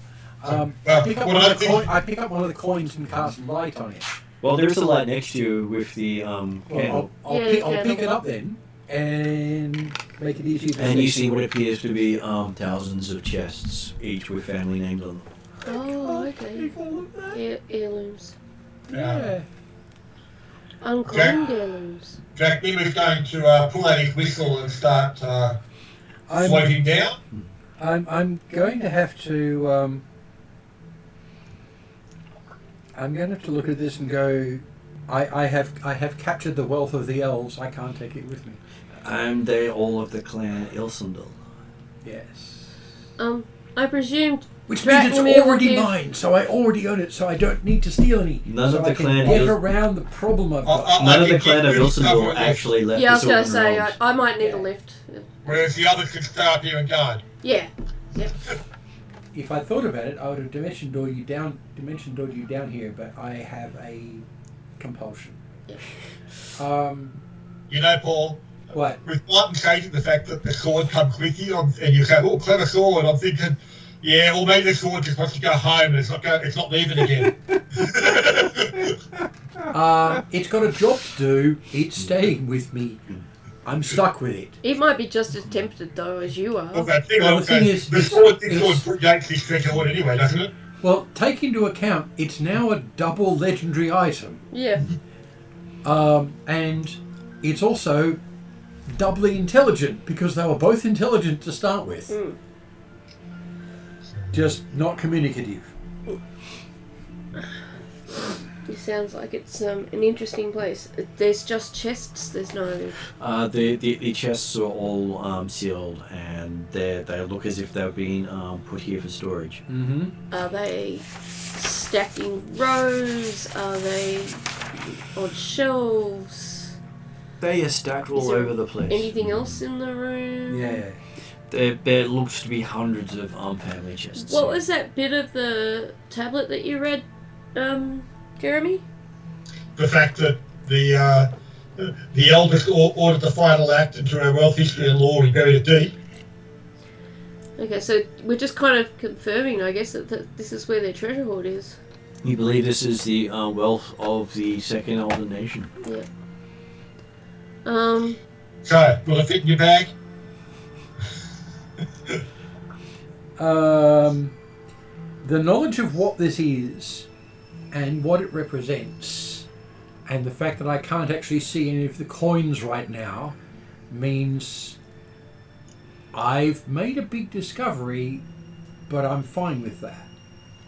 There's no doors or anything. How big is this space? This space is probably about 5 times as large as the crypt, So walking huge. and filled with chest upon chest. You think some of them are piled deep. Yeah, it just whack tons.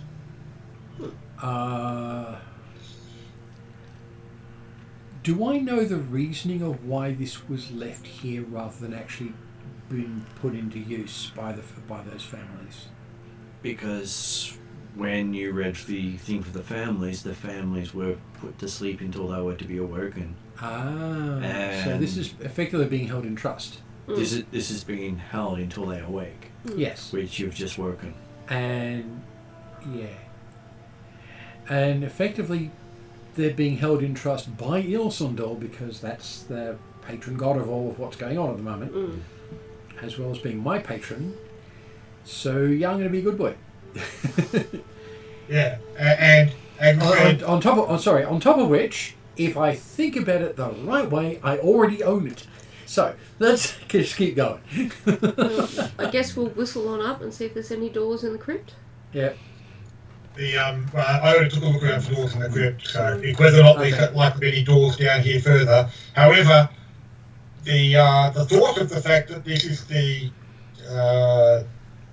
treasure that was buried deep, to held in trust while the others went to sleep and things like that, does bring back to mind the last phrase of that tablet that talked about the Citadel returning century of peace.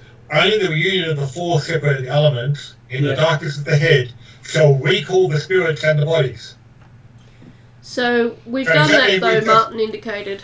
Yeah, no, that's right. But does that mean that we've just woken them all up and the horns you heard, or we all heard, was in fact the Elves waking up? Yeah. You'll only find that out if you actually leave the sanctuary. It could well be their alarm.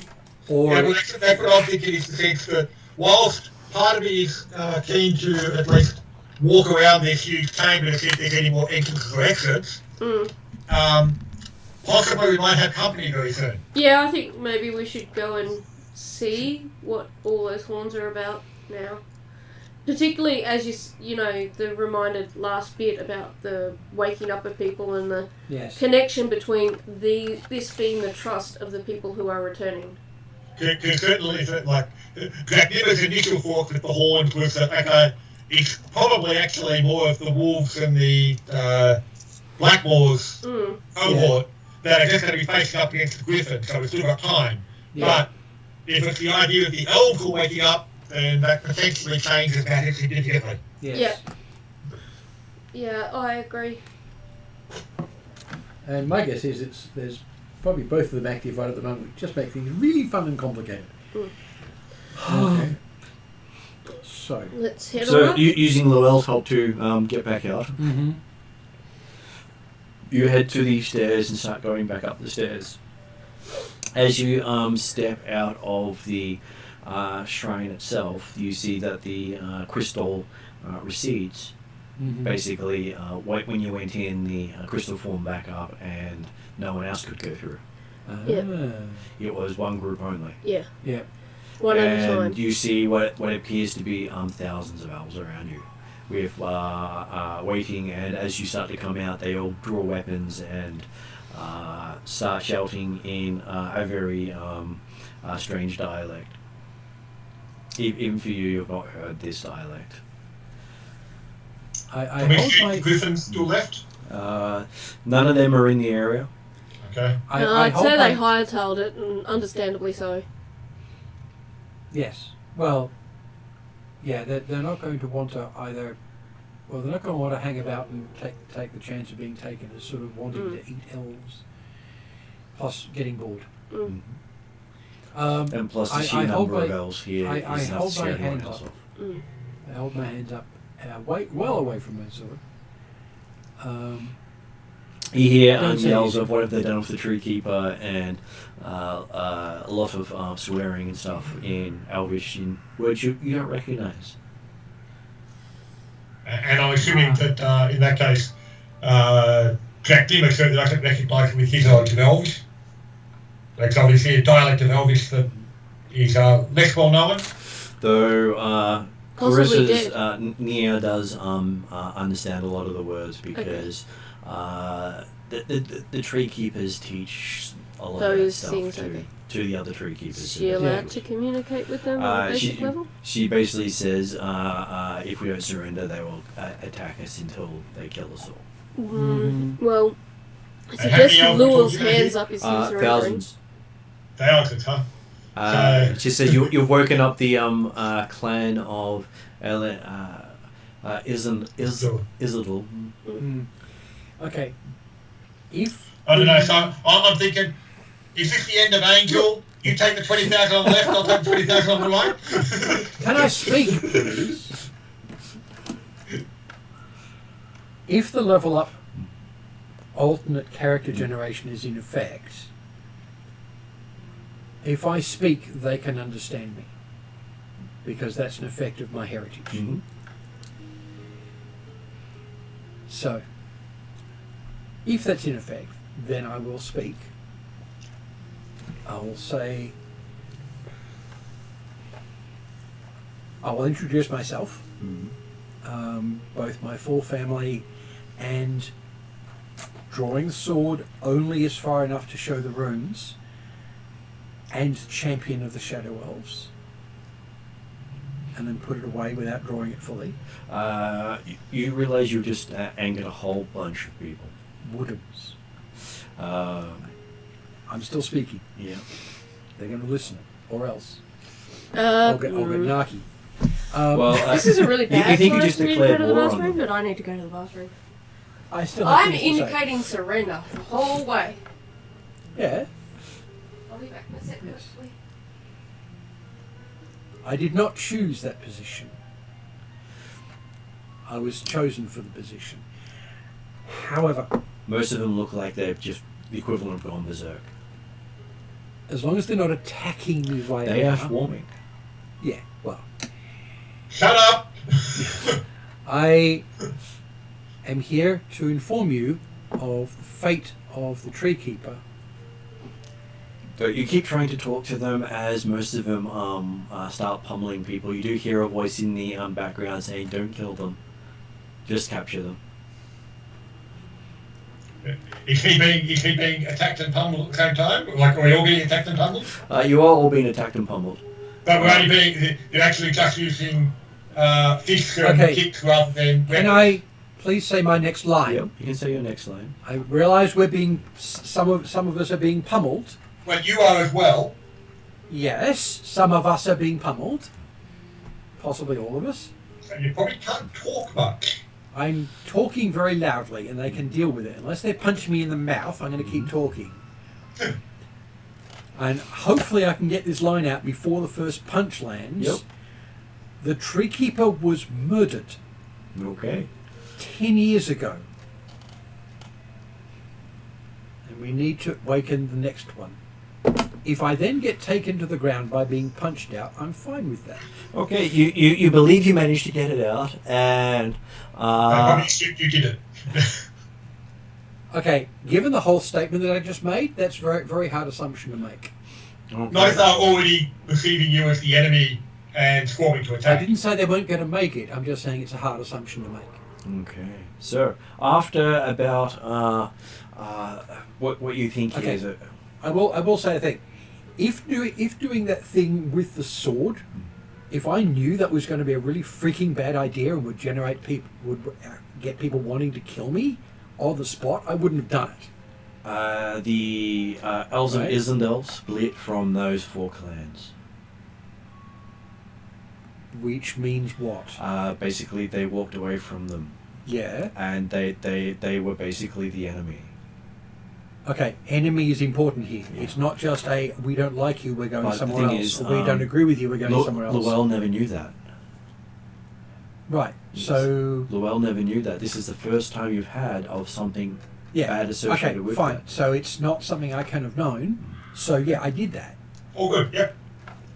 Right? I'm just making sure. Yeah. 'Cause If it was something, if it was something that was actually stupid for him to do, he wouldn't have done it because he's not stupid. I know that, and I would Yeah. have given you that information if Yeah. it was something you had a reasonable chance of knowing. Yeah, I understand now. It's not something you knew. Because I'm this. the whole lore of this clan is buried under the tree. Yes, It and I never haven't left had this time to land. read it yet. Yeah. Yeah, And read it. Sorry. and the elves that left belong to the lesser clans, Hmm. and they all took a seedling from the tree here to form Yeah. their own clans. Yeah, I knew about that bit, So but it's the fact that the clans here didn't associate with the previous clans of the first Elven civilization. Yeah, that could have just been snobbishness. I've seen that before with, say, high elves and wild elves. And there's a precedent for it. Yes. But the reason behind it was lost. Exactly. And So, I haven't yes. had time to read it yet. So, yeah, it's not something I knew. That's okay. Yeah, all right. So we're a bit bruised. So you'll basically find yourselves bound, gagged and blindfolded and trussed up. And an hour or so passes before people tend to you. Mm-hmm. So where are we actually just left on top of the dais where the tree... Well, you think you you believe you were taken somewhere else. Yep. And after... just like in one of the other buildings within the city? unsure. Okay. We Of course, we were blindfolded, weren't we? Sorry, yeah. Well, carried to a place, it's hard to tell. You're not going to tell directions. Yeah. Okay. I forget we were blindfolded. Might get stairs, but that's about it. Okay, so after which you find yourself before what appears to be a elven king. Crown, royal robes. I'm presuming we're unblindfolded at this point. You're unblindfolded at this stage. And he looks rather unimpressed with you, the group of you, including Clarissa's character. Mm-hmm. We asked all kept in the group at this stage? You are, and none of your gear has been taken at this stage. Obviously, our equipment is totally insignificant. Fine. And we all get our blindfold taken off? Or is And your blindfolds and your gags taken off. Cool. Okay, Well, so everyone's actually over. Cool. They had to take the blindfold off to see the description we just got. Yeah. But it was more, I want to confirm that being elves, whether they decided they were just going to deal with elves or not elves or everyone or what. He would have said he took my blindfold off. Yeah. This was clarifying, thank you. Yeah. Okay, and they are very unhappy with, from what you can gather from them, is, as far as they know, Moorcroft has just invaded the kingdom, and they can tell that a whole lot of devastation has happened since they closed their eyes. So, 400-500 years passed like that for them, and they're basically still dealing in shock and horror. And you also hear comments on the Forsaken Ones having their champion here, which you assume to be associated with you, because they don't seem to understand the term Shadow Elf. Yeah. They call it the Forsaken Ones. Yeah. Those who do not follow Ilsendal. Well, yes. If they walked away, then yeah, Forsaken. I've heard the term before. I'm fine with them using that for Shadow Elves. But what you gather is their clan and all the clans that came with them walked away from the Shadow Elves. Yeah. So it wasn't the Shadow Elves who walked away from them, they walked away from the others. Yeah. So it's not so much they forsook us, it's we forsook them. Pretty much, yes. Yeah. Because they're still the Forsaken Ones. Yes. But because of the underlying belief structure. Yeah. You think the Shadow Elves were the ones who still believed in technology. Yes. And Elsendal led the people who wanted to get rid of technology. Yes. So it does give you a understanding of why they'd be angry about someone pulling out the sort of those who they abandoned because they destroyed the world as far as they're concerned. Yes. Because Nia had given you some inkling into that, but not all of it. It's an innocent enough mistake if you're just trying to show your heritage. Well, it is, because the tree keepers aren't allowed to share that information generally. Yes. Because too much forbidden knowledge being out there makes it too accessible. Makes it less forbidden. Yes. And then people are likely to seek out this stuff because they hear about it. And go, ooh, that could be valuables. Well, it makes you wonder where Redrune's coming from then, if this shadow technology type deal is kind of, the magic tech that he's sending out parties everywhere looking for information on this sort of kind of thing. He is older than the first Elven civilization. I'm not saying he's bad or anything, but it does open up your mind to the fact that what he's looking for is a lot more or deeper than what you would originally make the assumptions of. You know, Yeah, it's not just this. Well, his main premise behind it was he wants to remove technology from those who do not understand it enough to utilize it. Yeah, which includes, unfortunately, one of the dwarven cities, which uses one of his engines to hold one of their cities in the air. And because their abuse That's of gonna be his interesting. technology is Yes. what destroyed the first elven civilization. Yeah. Yes. And that was why he wanted. I just meant it just Yeah. enhanced our understanding of Yeah. some of his stuff. So this is why they have such a hate for that, because that was this clan's cultural belief that the other clans didn't actually share. Yeah. Does this mean we push Neri forward? She Well- is treated better than Luau. I'm assuming we're not pushing anyone if we're still No. tied hand and foot. No, no. And amongst all of you, Oh, boy. she's the only one who's not bound. Yeah. So she has been freed because they treat her as the equivalent of the idiot child from the rival cousin person we've met, and everyone else is a combatant as far as their appearance and look at you. The old blade singers are a bit weird.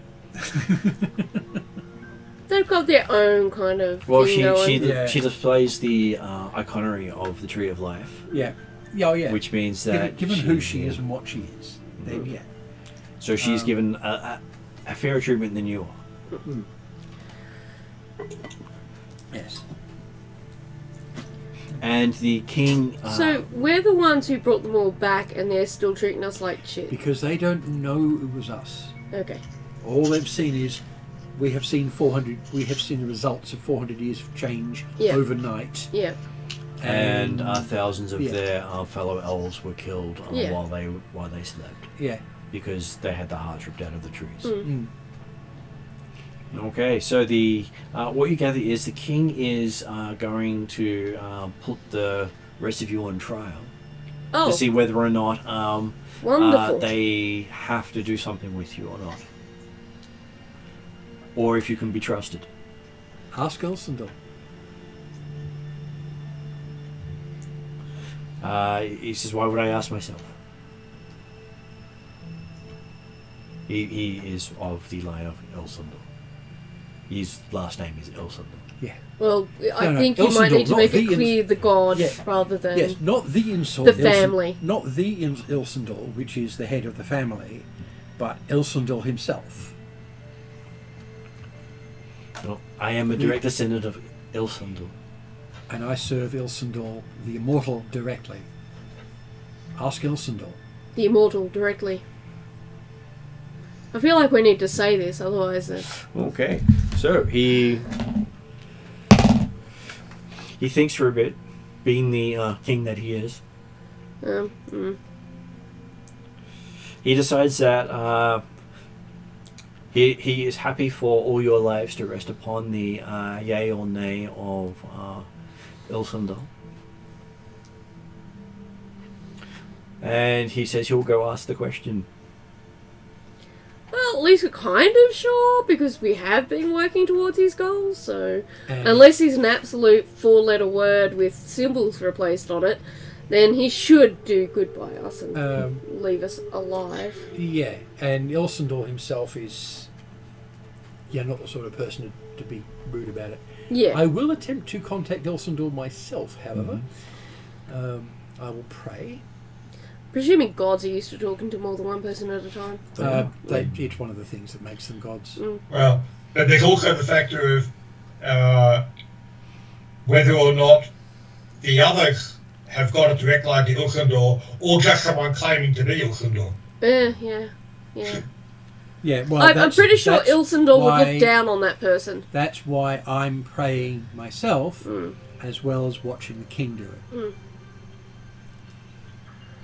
In fact, the king's probably going to get a priest to do it. But I prefer to get my sister to do this. She's the specialist. But hey, he's my patron. I can try and contact him directly. That being Neri? No. No. His character's sister. Oh, okay. No.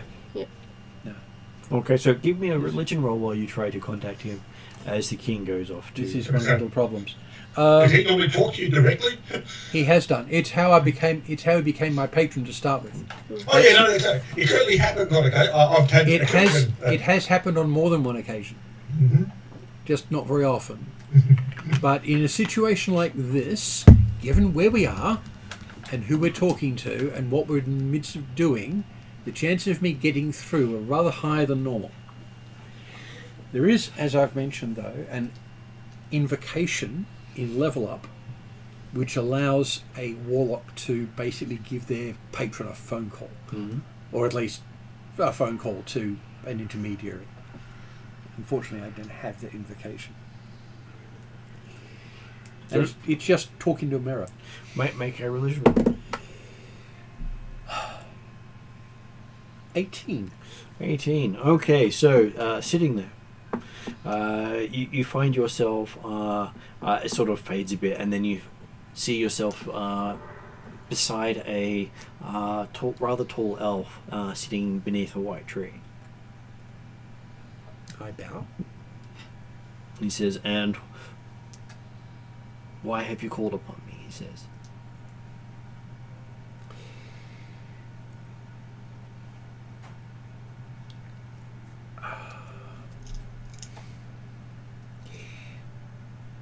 We are in potential dire straits.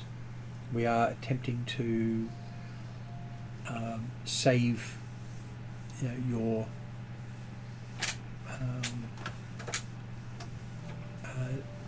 Legacy? say your elven save the elven tree of life. The fate is still unclear about that. Yes, we are presently on trial for our lives, and Not just your lives. well, according if to you succeed, then you might save all the elves. of course, which is what I'm attempting to do. If you fail, then the elves will fade and disappear. Yes. You must win more than just the right to live. Yes, and unfortunately the decision being made at present is not one that I can directly influence. Just as it should be. You need to win the heart of the people, not just their mind. Yes. Maybe you've got to go through the trial to prove to them that you earn the right Assuming to there's a save them. trial. So we can ask for a trial, rather than just the king praying to Ilsendor and hoping he's actually talking to the right person. Yeah. I'm assuming he is, but still. To clarify your desires and goals is the main reason I did this. Thank you for your time. He bows his head towards you, and you find yourself sitting amongst the others again. Mm-hmm. Right. Now to think about something persuasive. Okay, so about an hour passes before the king comes back. Mm-hmm. And he says he has spoken with the god of his people, and they will conduct a trial. And all the nobles and lords of the elves shall bear witness. Very well. I willingly submit to your trial. The others, they are of their own minds.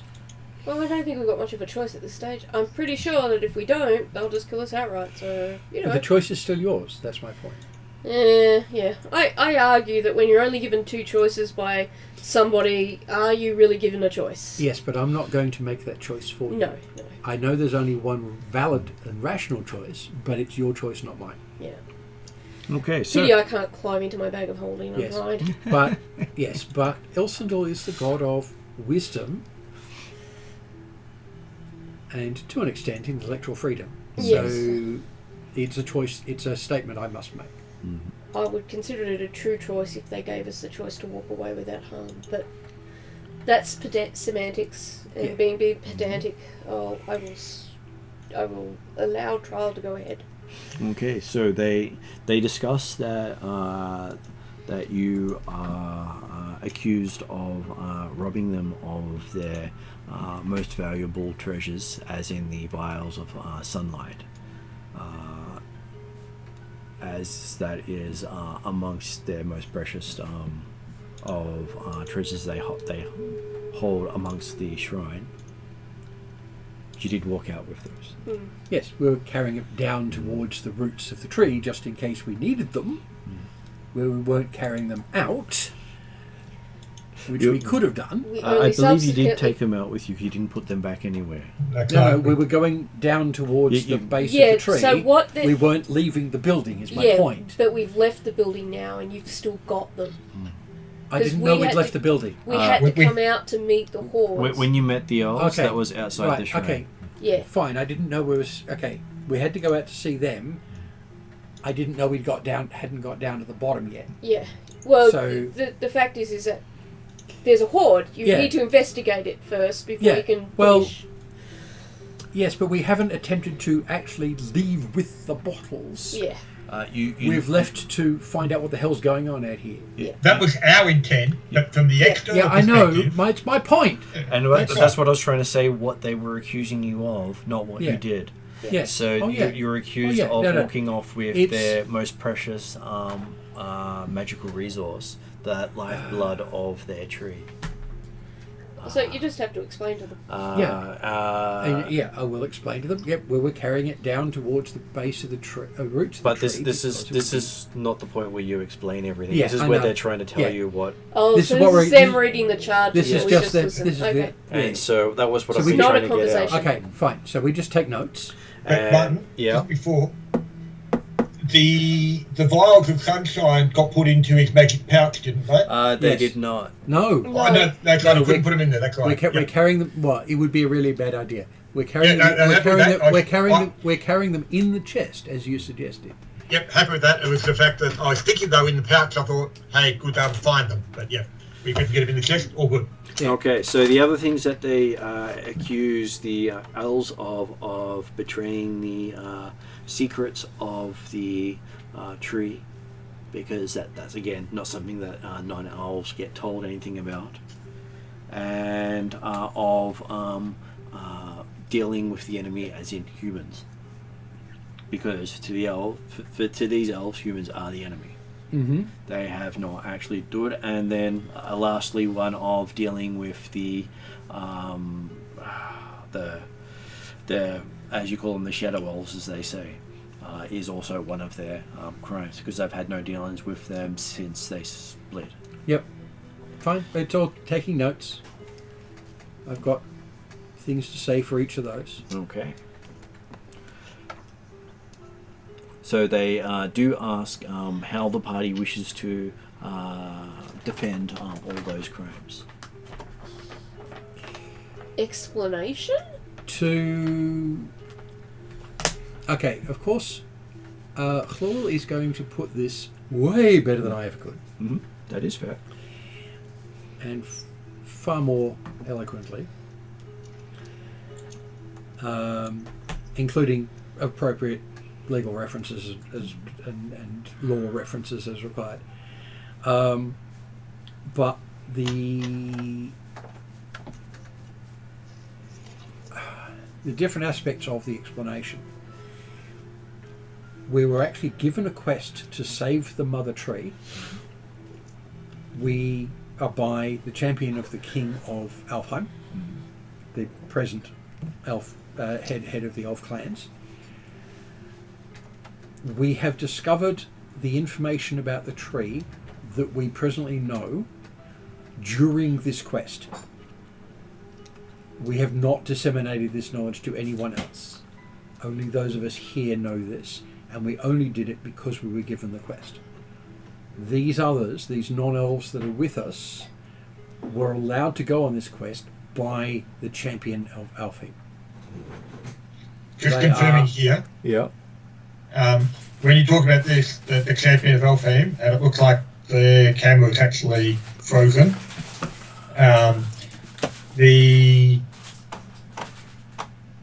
From the elves No, they're not here, frozen. from the elves' perspective here, any of the elves outside were all traded, were they not? All the other elven clans had left, They're considered lesser. And we're not of the line of Ilsundal, whereas this clan was of the line of Ilsundal. Yeah, so lessers but not enemies. Not enemy. Okay, happy with that. Whereas the 4 clans that they separated from, they considered enemies because their belief system was so different. Oh, okay, and that's what they're thinking of as the Shadow Elf type stuff. Because they specified that. Yeah. Yeah, the 4 clans were not called Shadow Elves at that time. No, that's right. But yeah, I'm just like, but as a player and as a character, I was trying to keep my head to where we were. Yep. Okay, so the knowledge, as I said, so that part of the explanation, the knowledge that we have of the tree, the lore, and all of what we've learned has been learnt during this quest. Therefore, we were led to it because we're working for Ilsundal to do this, as it is his tree. The vials of sunlight we were carrying to the tree in case it was to the tree roots, in case it was needed to help revivify the tree.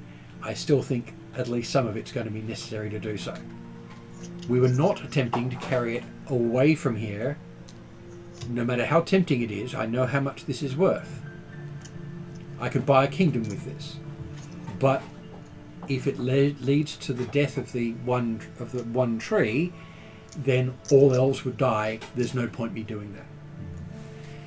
It is not something that I could do. Okay. And I will be very emphatic about that. The charge about dealing with the Shadow Elves, I have never met a Shadow Elf. I've never spoken to it. Thank you very much. I've never spoken to a Shadow Elf.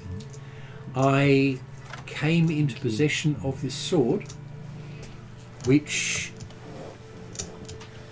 accepted me and became part of me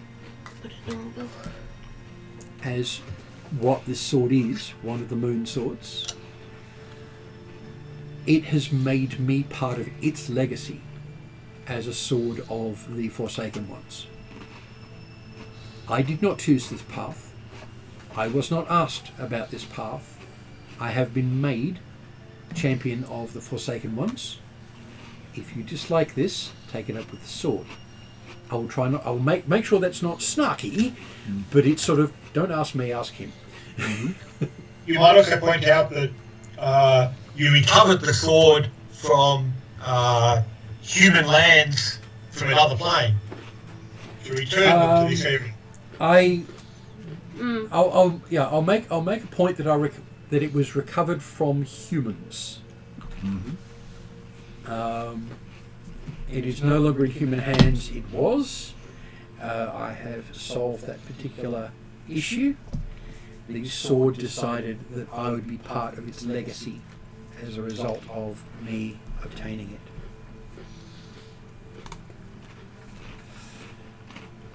So the decision is the swords. Sorry, what was the other charge? Okay, so it was the Shadow Elves, there was the passing on information, there was the bringing out stuff from the Sealing Sunlight. They were the 3 main charges of that section. So I've covered There's those. one more, telling us, I think.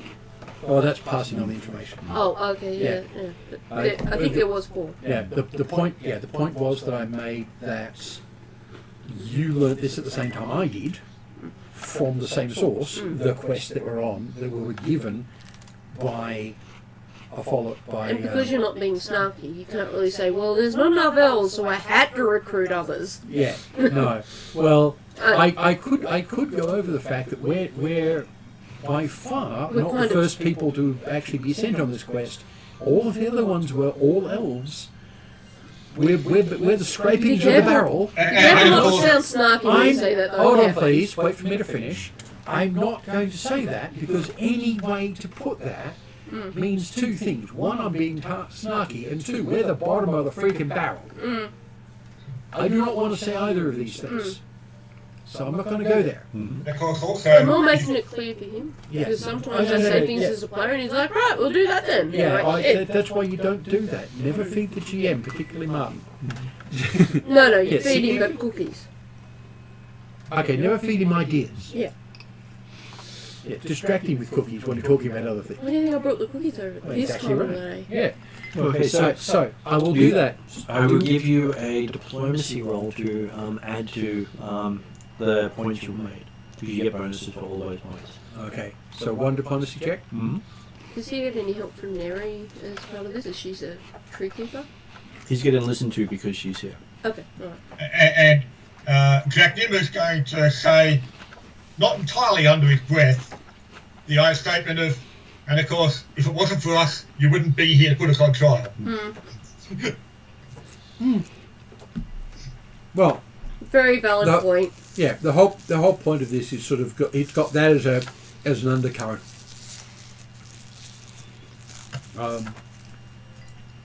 Because if it weren't for us, there wouldn't be a wake. And complaining about it. Can I get a bonus by checking on insight how this is going, or do I just go straight for the You have diplomacy? got a lot of bonuses already. You're not sure until after you make your roll. Okay, I'll go straight for diplomacy then, or persuasion, because that's what that is.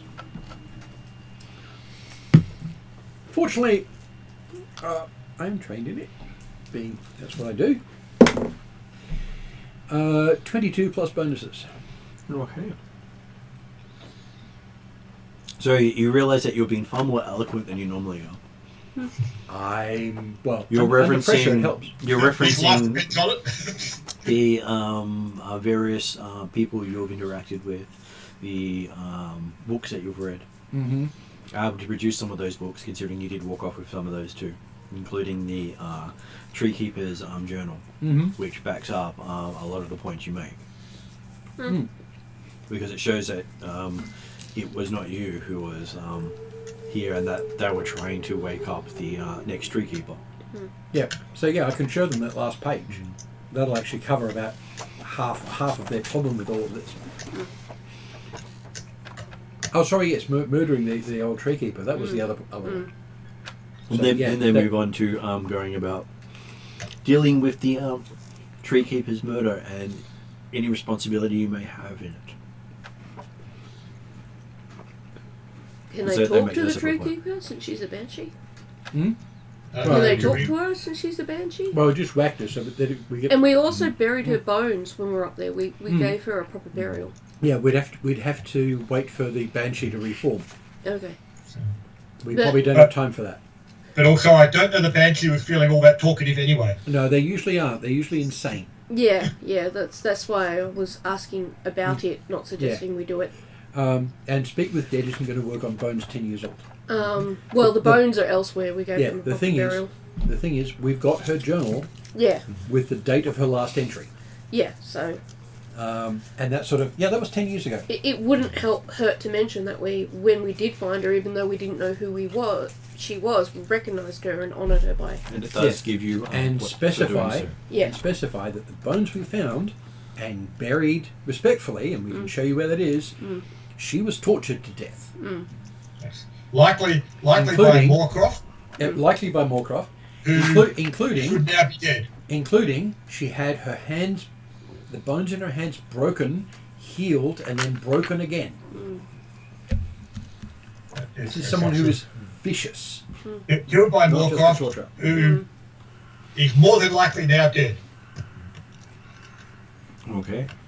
So that goes through a whole round of discussions where you sort of wish Razzle was around because he did have diagrams of everything. Mm-hmm. So you get to make another persuasion roll. Mm-hmm. We could mention Drazzle. They might be able to find him.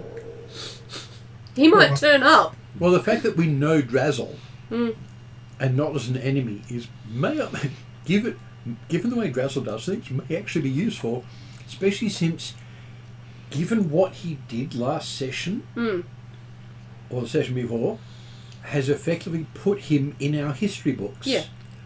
From 3,000 years ago. Yeah, so that's what I mean. Mentioning Drazzle's aid might help. Go, Jeremy. I was going to say, the problem is at the moment, if you want to talk about Drexel, that's one thing, but consider we don't know when Drexel is, it's probably not going to be something to call as witness. No, Okay. no. I know now that Drazzle is part of our established history. we can at least mention that we know him, and the knowledge of us knowing him should count towards something. Yeah. Well, except for the fact that he's part of their history as well. Yes.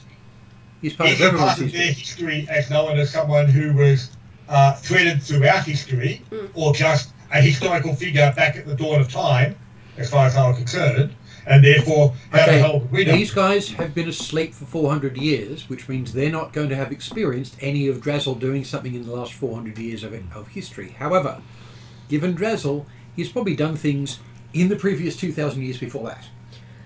At least once or twice. He's going to exist. If he's known at all, then there's going to be at least a couple of instances of him. I will mention him as part of this. Okay. Kind of hopefully does no harm, so... Yeah. Okay, so what was your persuasion? Total 20. Total of 20?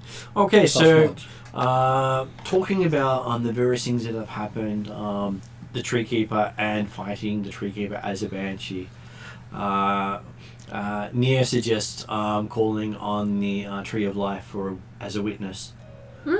Very well. Because of the whole, the tree is a sentient creature. Yes. And it is the centre of learning for all elves. Yes.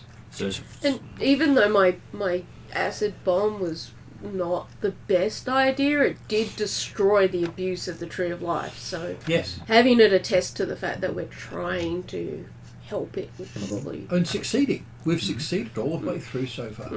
Okay, so the king, unwilling to call on the tree at this stage, is happy to say, well, if you're willing to call on the tree as a witness, then he's unwilling to proceed with that charge.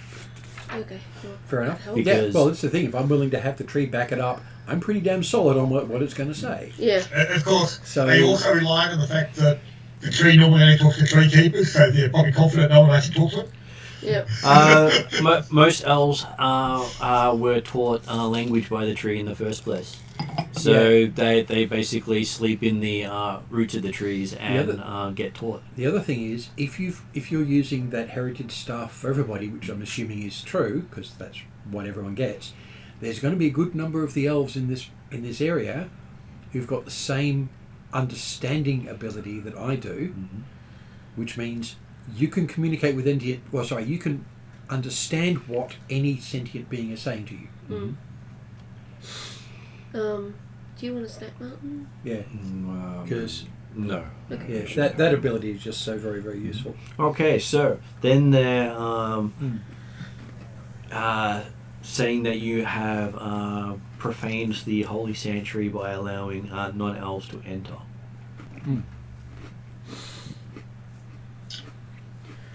The same non-elves who saved the Tree of Life? So we're here escorting the champion that's chosen by the King of Elfheim. Yeah. Well, I've sort of made that, but I'll reiterate that this quest group was accepted as is, with its present members, by the champion of Elfheim, sanctioned by the King of Elfheim, as the correct group to attempt this quest to save the tree. And Ilsendal has not objected to this. Again, Dracula's probably saying under his breath louder than he should. Correct group? You mean only group that was left? Yeah. Yeah, that's the correct group. Yeah. We're the only group that's got this far. Yep. We're the correct group. Right? What I'm really sad about is we haven't found piles of loot of the people who've come before us, because getting the extra gear would have been useful. Probably not collected up at Warcraft. Just so you know, Duke is absolutely 100% agrees with you, because, it's not like we've done nothing. No, we've done an immense amount of stuff. Yeah. And maybe they gave away more than their name to a dragon. Okay. The thing is, they're not objecting to us having done this. Yeah. They're objecting to us allowing non-elves doing it. Yeah. I'm trying to smooth that over. Yeah, no, we're not interrupting you, but, I feel for... So you do use the fact that you got the rocks, the griffins, the pixies, I will go over nixies, all of the stuff that we people did. you got on site. All of the steps, all of the stuff that we've done. I will go over that and go. Every single present member of the team has been instrumental in what we're doing. Yeah, yeah. That's, We were accepted as that team to start with, and then that acceptance was sanctioned. and it might not have been possible if we hadn't made the Yeah. contributions we did in That's right. conjunction with your contribution. Yeah.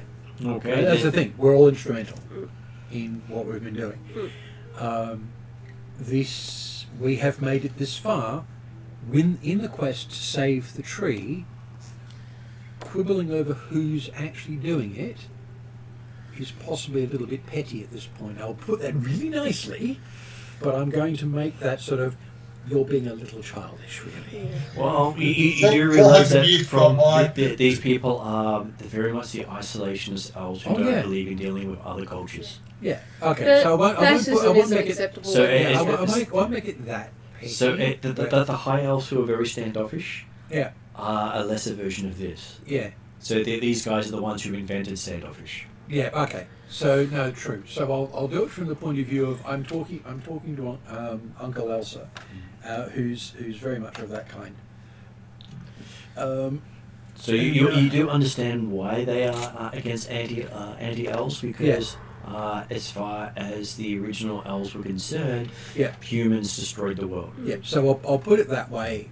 It's this is the team that was sent by the King of Alpine. Given what has been done and the capabilities of the team that has done it, it's as good as anyone else at this point. If they have a problem with the composition of the team that was sent,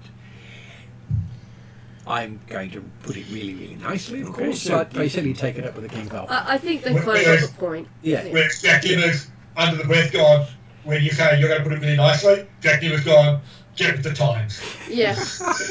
Okay, not something you're going to want to say to what's the equivalent of the head of a group of white supremacists. Yeah, well, that's it. Yeah.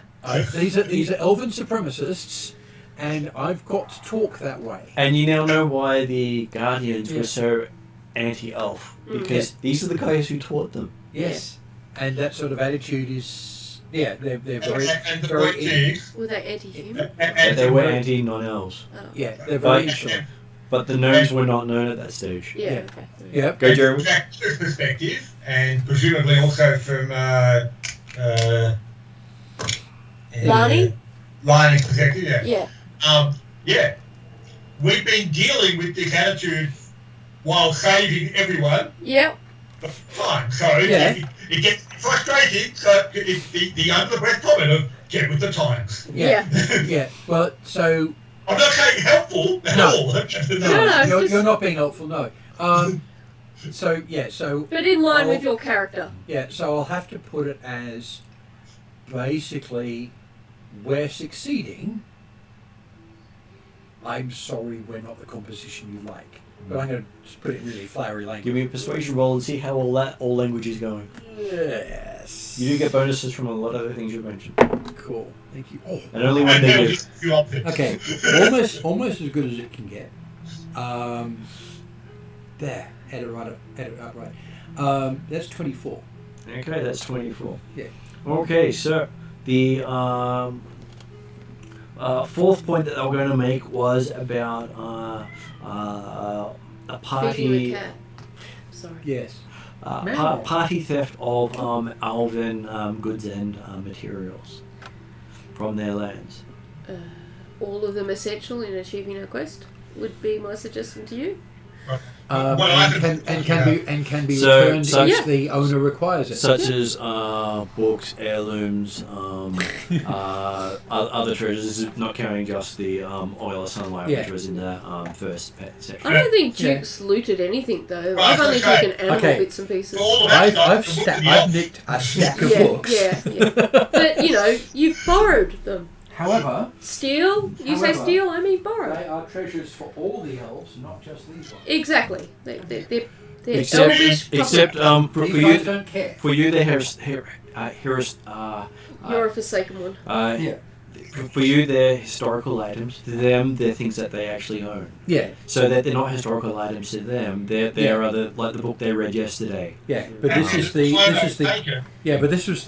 Treekeeper's books, not their books. At the time they were taken, they were being recovered after having been lost for centuries. Oh yeah.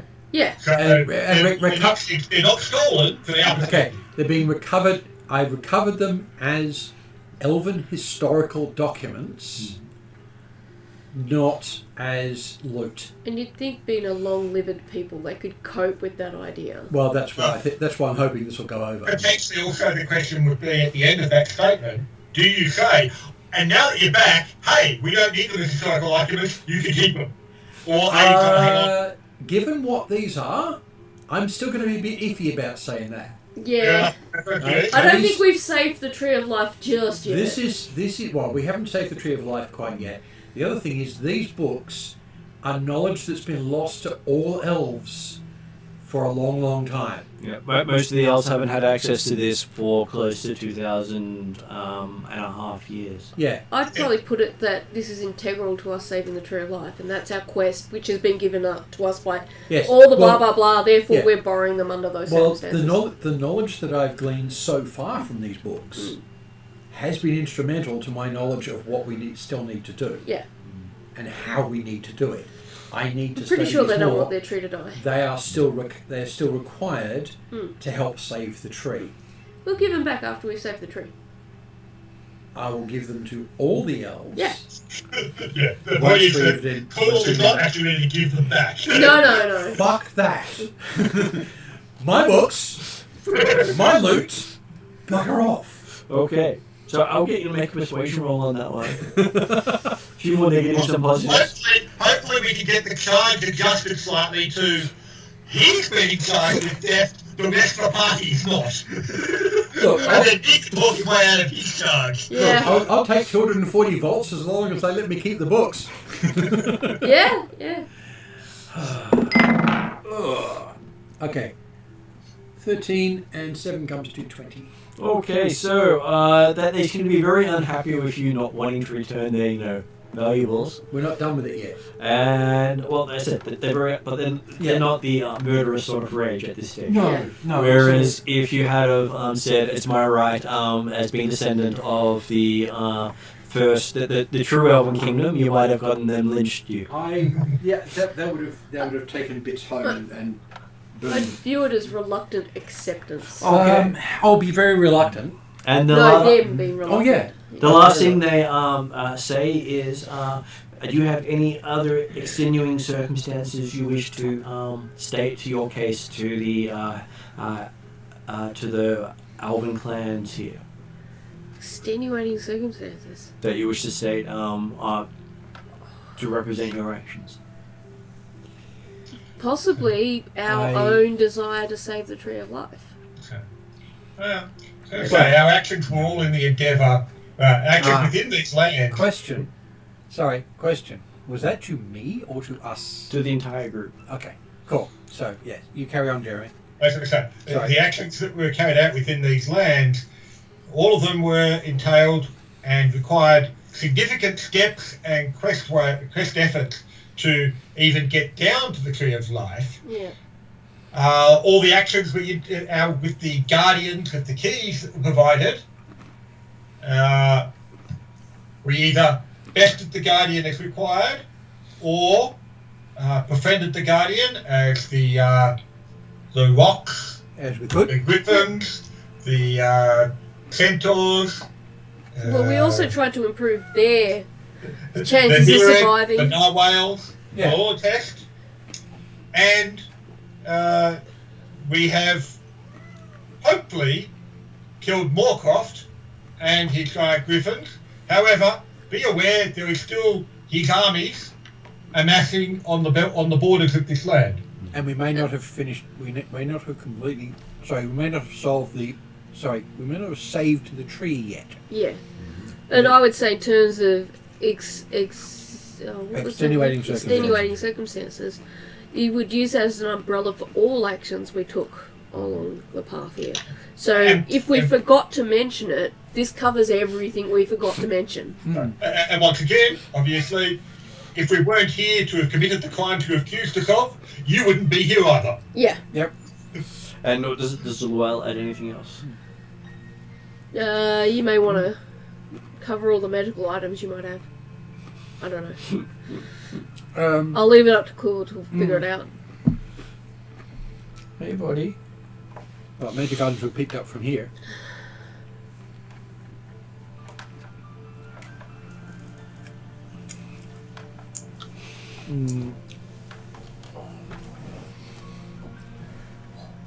Trying to think of something apart from sort of putting together and nicing up what they've just said. Sorry. But yeah, talking about how we actually did what we've done, not just stating what we've done as basically making it clear that we've acted like ethical heroes, not just marauding treasure hunters, like quest or not. And we saved the baby centaur. Well, that is definitely part of it. So yeah. Okay, so basically, going into detail about how we did things and why, not just what. Basically comes up with a nice, eloquent closing argument. Yes. Yeah. Okay, so closing argument roll. See how well you close. He's hoping for getting another one higher than 10. 15. So that's 22. 22. You make this outstanding closing argument. And as you do so, the nobles seem to cheer, and you believe that you've managed to win over their support. Cool. They seem happy to treat you as an honorary noble of the land. That's a big step. Well, basically, considering all the stuff you've done, and they actually had the equivalent of truth-telling, which meant that if you lied to them, they would have known. Oh, yeah. The big thing was you didn't lie in any of the steps you were going through. Even your snarkiness was not a lie. Yeah. And it probably explains why Jack Nimbus under the breath comments were a bit louder than you might have intended. Yeah. He was compelled to tell the truth. Well, no, you can tell the truth really, really quietly. Yeah, no. Okay. But it's really quiet in here. It's very hard to not be heard. And with people with trying very hard not to be heard. Yeah, and Elves have a reputation for extraordinary hearing. So what he thought was a whisper was almost like a shout. Yeah. As I said, he wasn't actually trying to be all that quiet about it. No. Okay, No. so they are willing to consider the non-elves to be part of your family for the purposes of elven chivalry. I was hoping for that to be the decision. Thank you very much. So they basically welcome you to their family, which is the nicest you've seen them up until this point. That's actually a hell of an honour. I regard that exactly in the spirit to which it's given. And I will make a point to the others that, these guys are basically racial supremacists. Yeah. Them accepting us like this, that's a big freaking thing.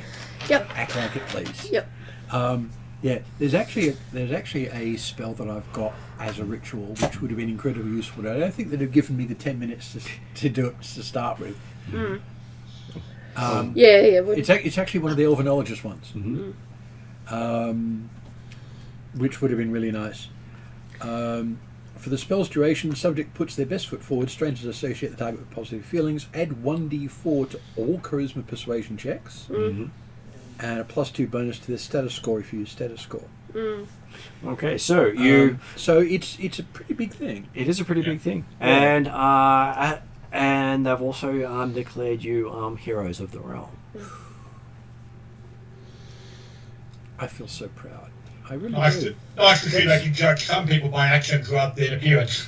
Well, that's the whole thing. What I've just managed to do over a period of some really, really nice rolls is manage to persuade them that you guys are as good as elves. And That's a big friggin' thing. And you realise this is probably the first time that a non-elf has proven themselves to them, because every other person they've met has betrayed them as a people. That's actually a really good thing.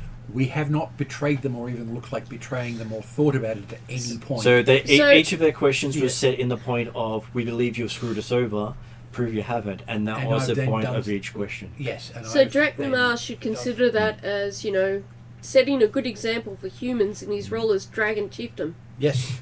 Okay. Obviously, they're still not as good as the tribesmen, but well, don't say know that. better. Don't say that. As a thank you to from the elves, each of you is being given a bag of gemstones, and the bag itself, while very light, is worth about 20,000 in gold. So you've gotten 20,000 in gold in gemstones each. I thank them with the very, very large, very, very huge amounts of politeness. Well, they do have access to treasure that is lost to time. Yes. And this is something that actually improves these elves' image in front of Dracula's eyes. It's the fact that they don't deal with evil metal. Yeah. No, because it's gems. That's right. Considering my character isn't really about money, I could I ask I'll for have something yours. else instead of this? Well, you can use that to then buy stuff that you want. Yeah, I guess so. Yeah. That's what I was thinking about, and I might talk to you between games. That's enough money for a rare item of choice. Yeah, I'm more interested in rare knowledge. So. Well, that'll buy you a stack of rare books. Well, I'm more interested in someone to teach me rare knowledge. It'll buy you entry to the University of Blantyre. Yes. Yeah, no, I want elf knowledge, but we'll see how we go. Okay, and while Elf you're knowledge? Right here. while you're discussing this, you do hear that I don't. the elves have registered that they've got an army of humans to the north and to the south advancing on their land. Yeah. And that Moorcroft is heading the army to the south. Oh, there you go. They have identified him visually. Yep. Your suspicions of him surviving are confirmed. So do I just sum this up as after a long powwow with Chief Elf Person, we have vindicated and given $20,000 worth of Each. Yes. crystals? Yep. And the opportunity to continue to save them by being told, the armies are approaching, please help us. Well, we've got to finish saving the tree. And I'll also note, they haven't actually taken any of the stuff we've collected off us.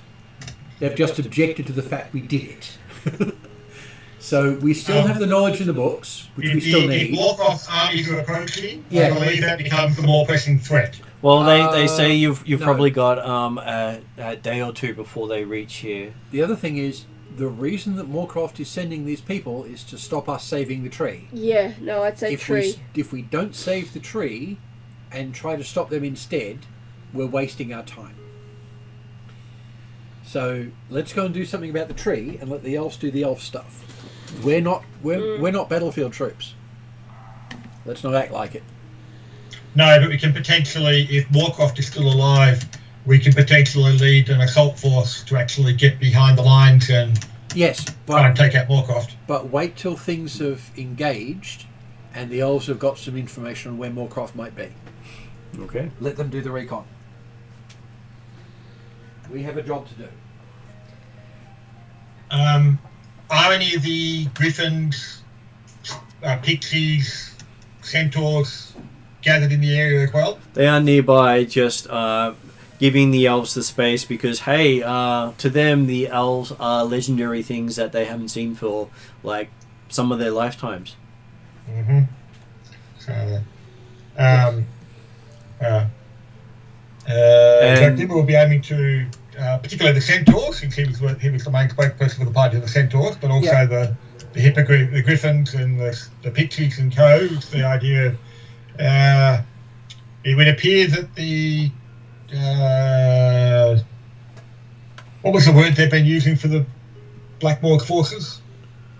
Humans? The black guys or human, whatever whatever they are. Black Okay. guards? It would appear that the enemy approaches. You may wish to ensure that your families are moved to a place of safety, and I'm sure that your warriors will be appreciated in the battle if you're available to support.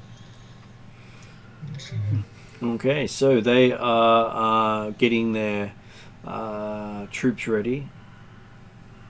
They have only about...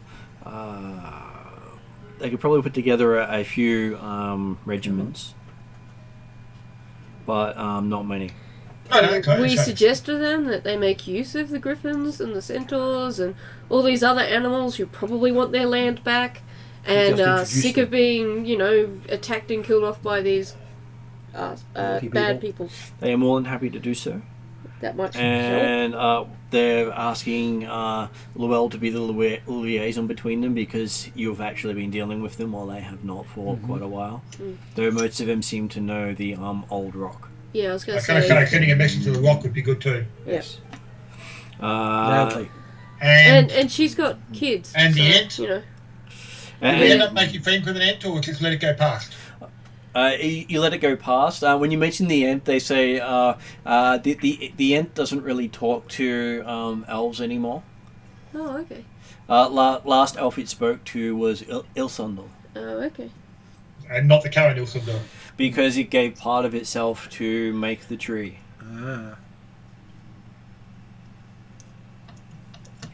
And since then has wandered aimlessly. Yeah. So what you're saying is that it's a good thing that we didn't attack the world tree. Yeah. Didn't attack Yggdrasil. Yeah. So the that ant is the first ant, they say. Not that he's much of an ant anymore. Or he's I'm much sorry more for than an that ant. tree. And much less. I think he may be the reason why the tree is sentient. Okay, and as he's talking, you see a familiar person come out from the trees. You do believe Dressel has returned. Though he's a bit taller than when he left. We've seen him multiple heights. Haven't seen him hit 18 feet yet, but we're getting there. The tallest you've seen him hit is about 8 foot. Yeah, no, true.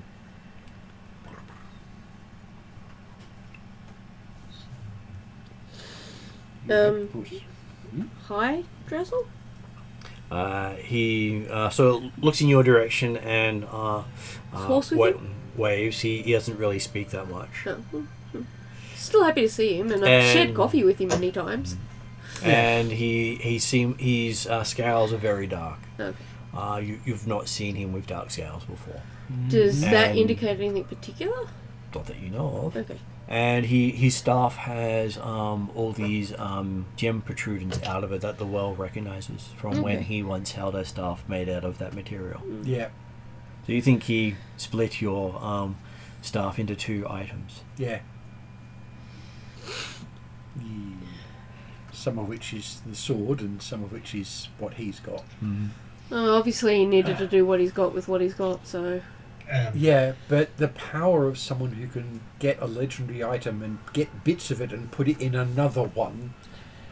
Yeah. So I'm guessing we've probably got at least an hour or two of making contact with people in bits and pieces. Yeah. Before there's any chance of attempting to go down to look at the tree. Is it something the elves want us to be involved in at all? Or well, they no longer have a tree keeper who understands what to do. Yeah, so they're going to be looking to need to wake up the next tree keeper. Neri, is it? Well, the next tree keeper should have woken up, but hasn't. Which means, that tree keeper's missing, so they believe they were killed. Yeah. So we've got to try and save the tree save the elves. We need to save the tree without having a tree keeper. Yeah. But from their perspective, would they treat Neri as one of the closest to potentially a tree keeper? She is closest to a tree keeper, though she's more the tree guardian than the tree keeper. Yeah. But she has knowledge about the tree keepers that no one else does. And I'm assuming that none of them have any of their tree guardians left. That they can't find any because they never actually appointed guardians. Yeah. That was what the other clans needed. Yeah, because obviously, they had that makes sense. Yeah. It was something that the lesser clans, as far as I was concerned, did. Yeah. So they're happy then that the entirety party are going to go down and try and look after the tree, or are they only wanting the elves to be involved? You have been considered honorary members of their clan, so you have full access to the tree because you've been down there and not harmed it. Yeah. My understanding is that we've been given permission to take the lead because they kind of don't know what to do at this point. Yeah. But they're being polite about it. Well, they went into reserve. hiding expecting Moorcroft to leave, and Moorcroft didn't leave. Yeah, so we're helping them solve that too. So I'm going to have to go through. Well, I'm going to have to go through the old Treekeeper's journal, plus the other books that I've got here to see if there's anything resembling a manual on how to do tree keeping. See if I can find the info I need. And the closest thing to a research skill I've got is history. Well, you and Nia together can piece together from the Treekeeper's journal a lot of the information you need. Yep. So she's been told a lot of it in passing. You've got some references, and together the two can connect a lot of dots. Yeah. I've also got a couple of hours worth of talking to people first to do. So if you could start on that. Yeah. While I talk to these people and introduce them to each other. I'm just going to duck to the bathroom again. Because I'll tell you what. Give Paul a bit more. Yeah. One thing I want to see is a force of elves backed up by griffins on the battlefield. That would be so cool. Is that what you're organising then? Because you're doing all the liaising? Well, I'm liaising with the griffins to team up with the elves. Yeah. If the elves end up riding some of them, that's fine. Yeah. That's between them and the griffins. But I've got to introduce the griffins to them and all the other people, the centaurs and so on, while keeping the centaurs and the griffins separate. So I've got to, I wonder if we could just tell them to play nicely. But that's what I'm doing. Really diplomatically, which is why it's taking me a couple of hours. And it's the sort of things that Dracima and I suspect probably also Lani quickly realise that there is limited stuff they can do helping with the tree research and or recovery. Yeah. And so Dracima particularly, Lani possibly, would aim to actually go back up to start helping to oversee preparations for defence and offense. That makes sense. And it might be that I also join you because although I've got Arcana and things like that, I'm not an elf or a tree keeper. Yeah. But I am an artillerist. Yeah. You are probably more used to doing research type stuff though. I'm into research and then blowing shit up as an experiment. Yeah. Sorry. I'm through. Physical research, but you're used to research, and that's the point. Yeah. So. Well, it depends on whether or not Lul and Neri think that they need me. I guess to a degree I can use some of the time to prepare a bunch of bombs and pass them on to people. Yes. But as I said, you doing sort of research. Or I could teach people how to make bombs and get them to get into the manufacturing of smoke bombs and also fun stuff like that. Okay, so at your disposal, the elves have put together a squad of 3,000 elves, plus 50 nobles. The nobles being quite competent combatants. So, squad leader type deal. We were just discussing that Drachnima and Lani and I think just those two we decided in the end, did we? I would think, going to be involved in strategy, tactics, leading people. Whereas obviously Neri and Cluel will do the Tree of Life stuff, and then I was kind of stuck in the middle because I'm good at research, but I'm also good at blowing shit up. Mm-hmm. So, well, they tell you what they need blown up, and you can help them with the research. Yeah, well, yeah. I think they meant research with the tree. That's what I Well, meant. that too. Yeah. So, yes. But I can make bombs and advise, I guess. Teach people how to make bombs. Oil of sunlight grenades. Yeah, no, that would work. Particularly if it was an undead army, but yeah. Spoo! Sprayed everywhere. These guys probably aren't big fans of things like that. Okay, so looking through the notes from previous tree keepers, you do see that the oil of the Tree of Life can be used to revitalize the tree. Yep. But it generally needs to be mixed with the blood of the kin to actually work. Yeah. Which means the clan of Ilsendal would be the only ones who would fit that bill. How much is needed? Not much, but it has to come from the clan itself. So, At the moment, if I ask, some of them will volunteer. So Yeah. that's not a real problem. but I think you need to make it clear, don't cut themselves across here. It'll take forever to heal, and it's a really stupid place, but you just need a pinprick right here. It's basically Or if you really want it to bleed, the forehead. the Yeah. dose of a single dose of sunlight with a like the blood of the king Yeah. would be more potent than anything else. Yeah, That's true. so... Because he is the symbol of the Yeah. people and of the Yeah. line. I have a feeling he would be absolutely insulted and, apocalyptic if you did not let him do it. Yes. Well, the other one would be whether or not any part of your research indicates that those who provide the blood are also likely to be take on the role of tree keepers, or their descendants would, and things like that. Well- Like when they become bonded with the tree Well, beyond normal. these people already are. Yeah, no, but I mean beyond the normal elf bond, like a tree keeper's bond. Well, the thing is, I don't think the king would appreciate it being told that if you do this, and you pretty well have to because you're the king, you're going to end up being the tree keeper. Well, this Well, I guess that's what Sharon's point is. But is that, I don't think they will. I think it's the supplier of the blood has to be of this bloodline. But it wouldn't hurt also in this research to keep our eyes out for anything about getting a new tree keeper line started up. And the notes do talk about how that the seeds of the tree were fertilized the same way. Yeah. So that meant that the other trees would require the blood of the king and the oil of sunlight to work. He better eat up and eat healthily.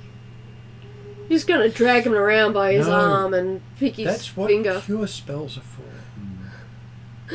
Bleed, bleed, cure like wounds. Bleed, bleed, cure like wounds. Yeah.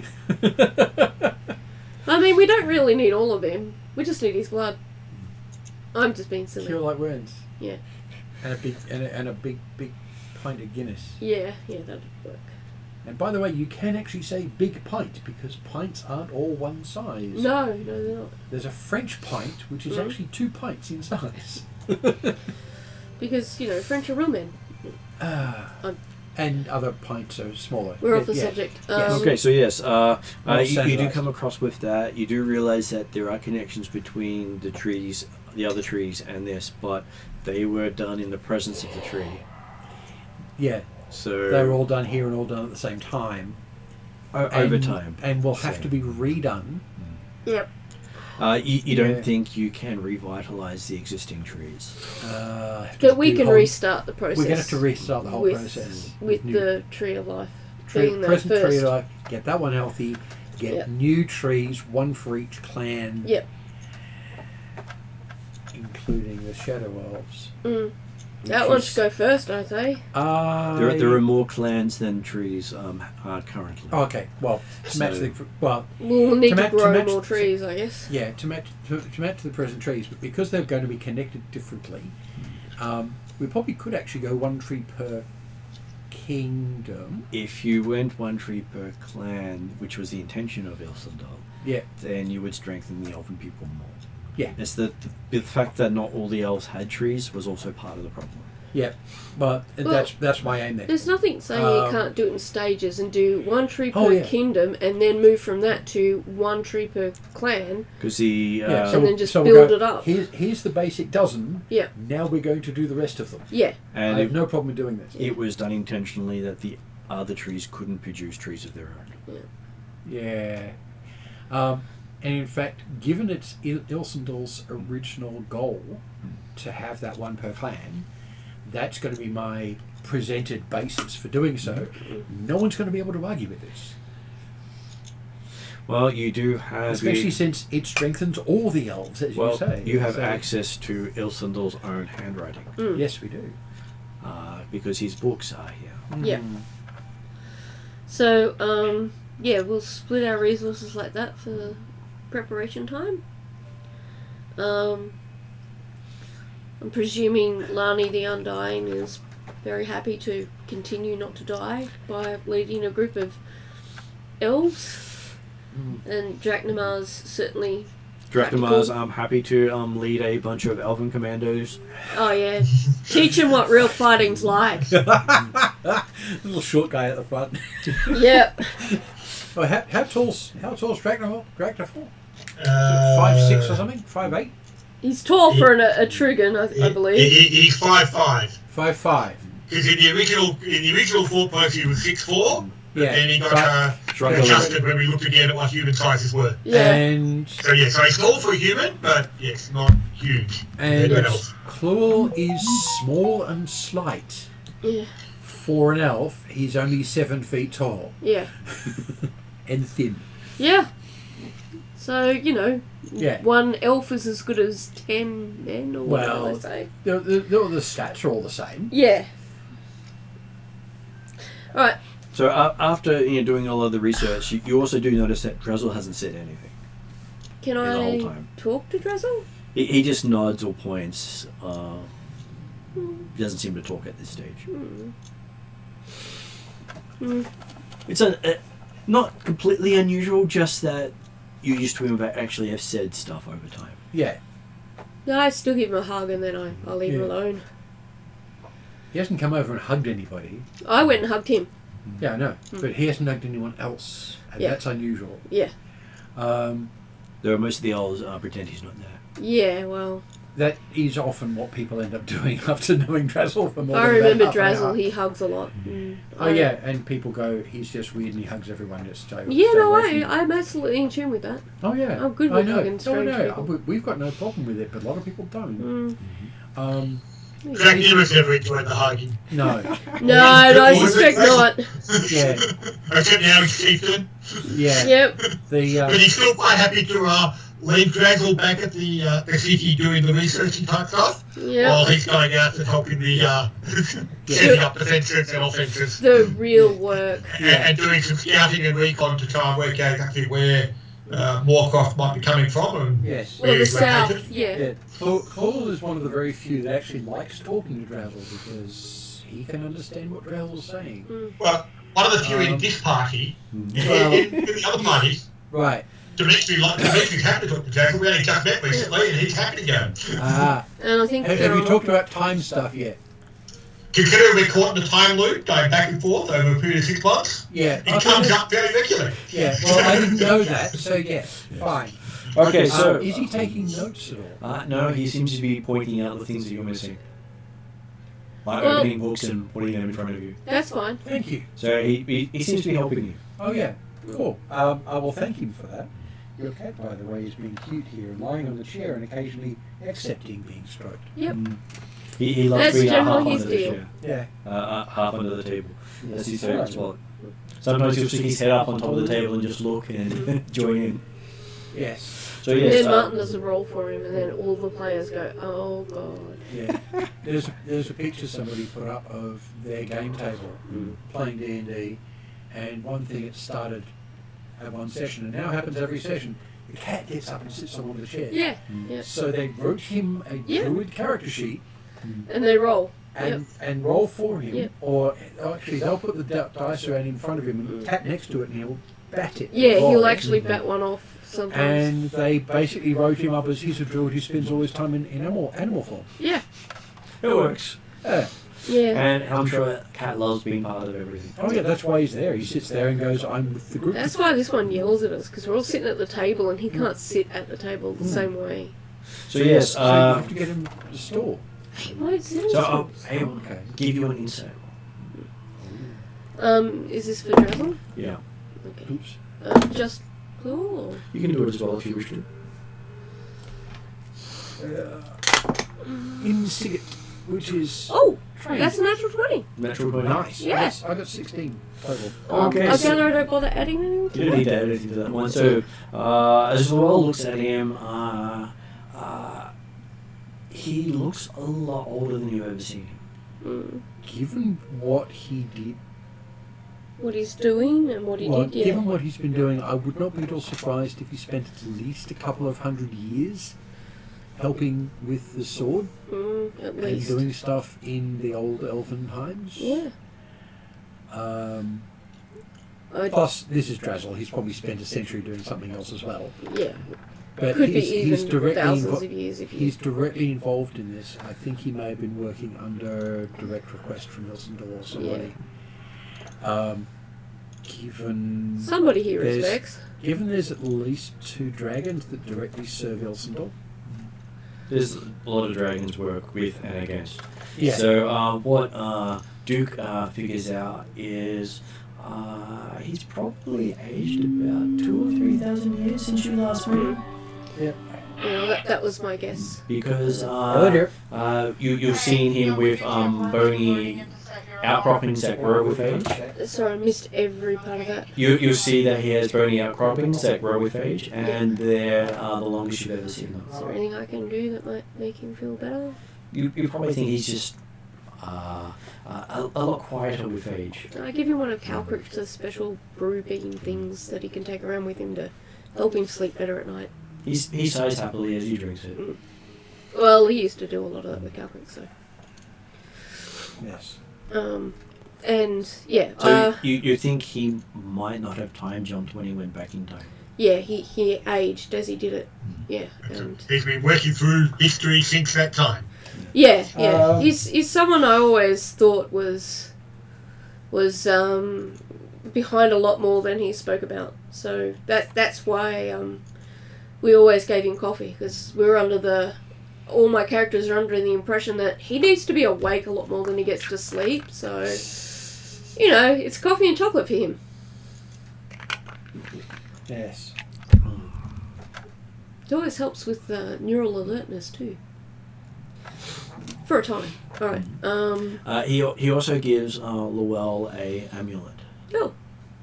You get a present. I get a present. Yay. Thank you, Drazzle. You recognise it as being one from the tree keeper of Alfheim. Oh. Okay, what do the sigils on it mean? It is a way of summoning the champions of the Elves. Oh. We might need that right now. Basically, Yeah. it was in the writings you have read. They were putting together ways to protect the tree, and the champions under Meladil, who migrated and became the first king of Alfheim, created these amulets, but he took them on with him when he left. Okay. And they have the ability to summon anyone who's been declared a champion of the tree to fight in its defense.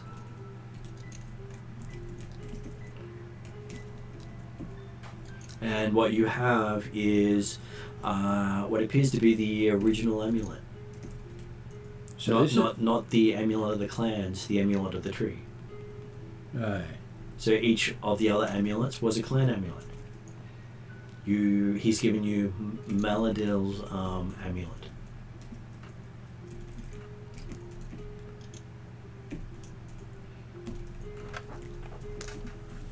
Okay. Which has been lost for a while. Yeah. Presumably, ever since Melandor gave it to Drazzle to give to me. And you have a feeling that the missing champions can be brought here to help you. and that they were all waylaid so they couldn't get here before you. Yeah, because Moorcroft is going to want to make sure none of the champions can arrive, which means... No, you don't think it was Moorcroft who waylaid them? So we're talking about all the previous expeditions, is that right? Yeah. Right. The other 7 champions. So they weren't killed, they were just put aside until we could do the job. Distracted. Well, if they weren't going to succeed, why would you let them get there first? Yeah. So, calling on them is basically the thing to do right now. Well, depending upon how long the call might last for, like I say, in the sense of how it activates, how it works. It's the equivalent of teleport other to your location. They're being effectively gated into the location. It's the equivalent to summon creature. Yeah. Unlike summon creature, at the end of it, they don't go back. Yeah. I was going to say, there's no actual time limit. Yeah. Yeah. So that means it does make sense to get them here earlier rather than later, so then that they can provide their support and planning into the processing. Well, and they might also have actually sent people who had better knowledge of not actually tree keepers but other tree champions that could provide that source. It's also possible they may be able to communicate with others that they were with and get them to turn up as well. So the longer they got to do that, the better. Yep. Which means, basically, thank Dressel for that. Go and tell the king. He recognises the amulet because he's seen pictures of it. So, this is something we need to use, and I'm going to use it now. He says, go to the tree. I will do that very thing. Mm-hmm. So you need to now make a religion roll in relation to dealing with the tree. Okay. That's going to get a bit interesting, and I'm probably going to want help, because religion is not something I'm trained in. So I'm going to ask for a religious advisor. The king should have one. Well, you've also got Nari there. Yes, and actually, we'll use Nari as the main aid. Okay. She's still stunned, staring at the necklace. It's basically the equivalent of showing some of the Ilsenal relics to you, showing the necklace of the thing. She's going, this is part of my heritage and stuff. It's what she signed up to. Yeah. This is the crown of thorns placed upon Christ's head type stuff. Yes. Yes, this isn't just a piece of cross like the one my master had. This is the actual crown that went on his head. Oh, wow, my brain. It explodes. Yeah, I got 15, though. You got 15? Which is not bad. Okay, you do feel the life of the tree pulse through the amulet. Yeah. And then you realise you're not alone, as there's about 20 to 30 other elves in the room with you, looking at you in confusion. I greet them. Their symbols are glowing with power. Basically, everything, all their magical items got activated and shunted here. Because all the items that are built from the Tree of Life can then be called by the tree. Yes. And all the children's Tree of Life can be called by the parent tree. Of course. That's part of what this is all about. And that's something that the other elves do not have access to. Because it only works for the main tree, at least at the moment. So the children's tree could do it but they could only bring the ones created from their champions. Yes. Yeah. This is the core one and everyone gets in. So I greet them as fellow champions of the tree. And I think that might be a good point to stop, so we can have Nia involved in greeting the other champions. Yeah. And the other good thing here is that 20 more elves. You've called them at a time when the non-elves, or specifically the humans, are not around. Yes.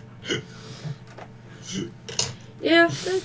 Okay. Yeah. But yes, okay. Thank you very much for that. All good, so I'll see you tomorrow, Jeremy. Yes. Yep, could so be. yes, if you could make And we're looking at Karen again tomorrow at this stage. At this I've stage, used the emerald and but all the hopefully other in a fortnight it will be So D&D again. got I'm just 20 people have just waiting turned on up. Martin to be Yes, up to yeah, doing that's it. what I gathered when you So- said 20 That's right, elves, that's right. 20 Yeah. champions. So once he's up to doing it, we can get back into that storyline. Yeah. Cool. I Okay. also will watch Okay, so I will see you tomorrow night, Jeremy. Thank you for joining Have us. a good night all. Catch you later. The, Good night. The one session. before the next.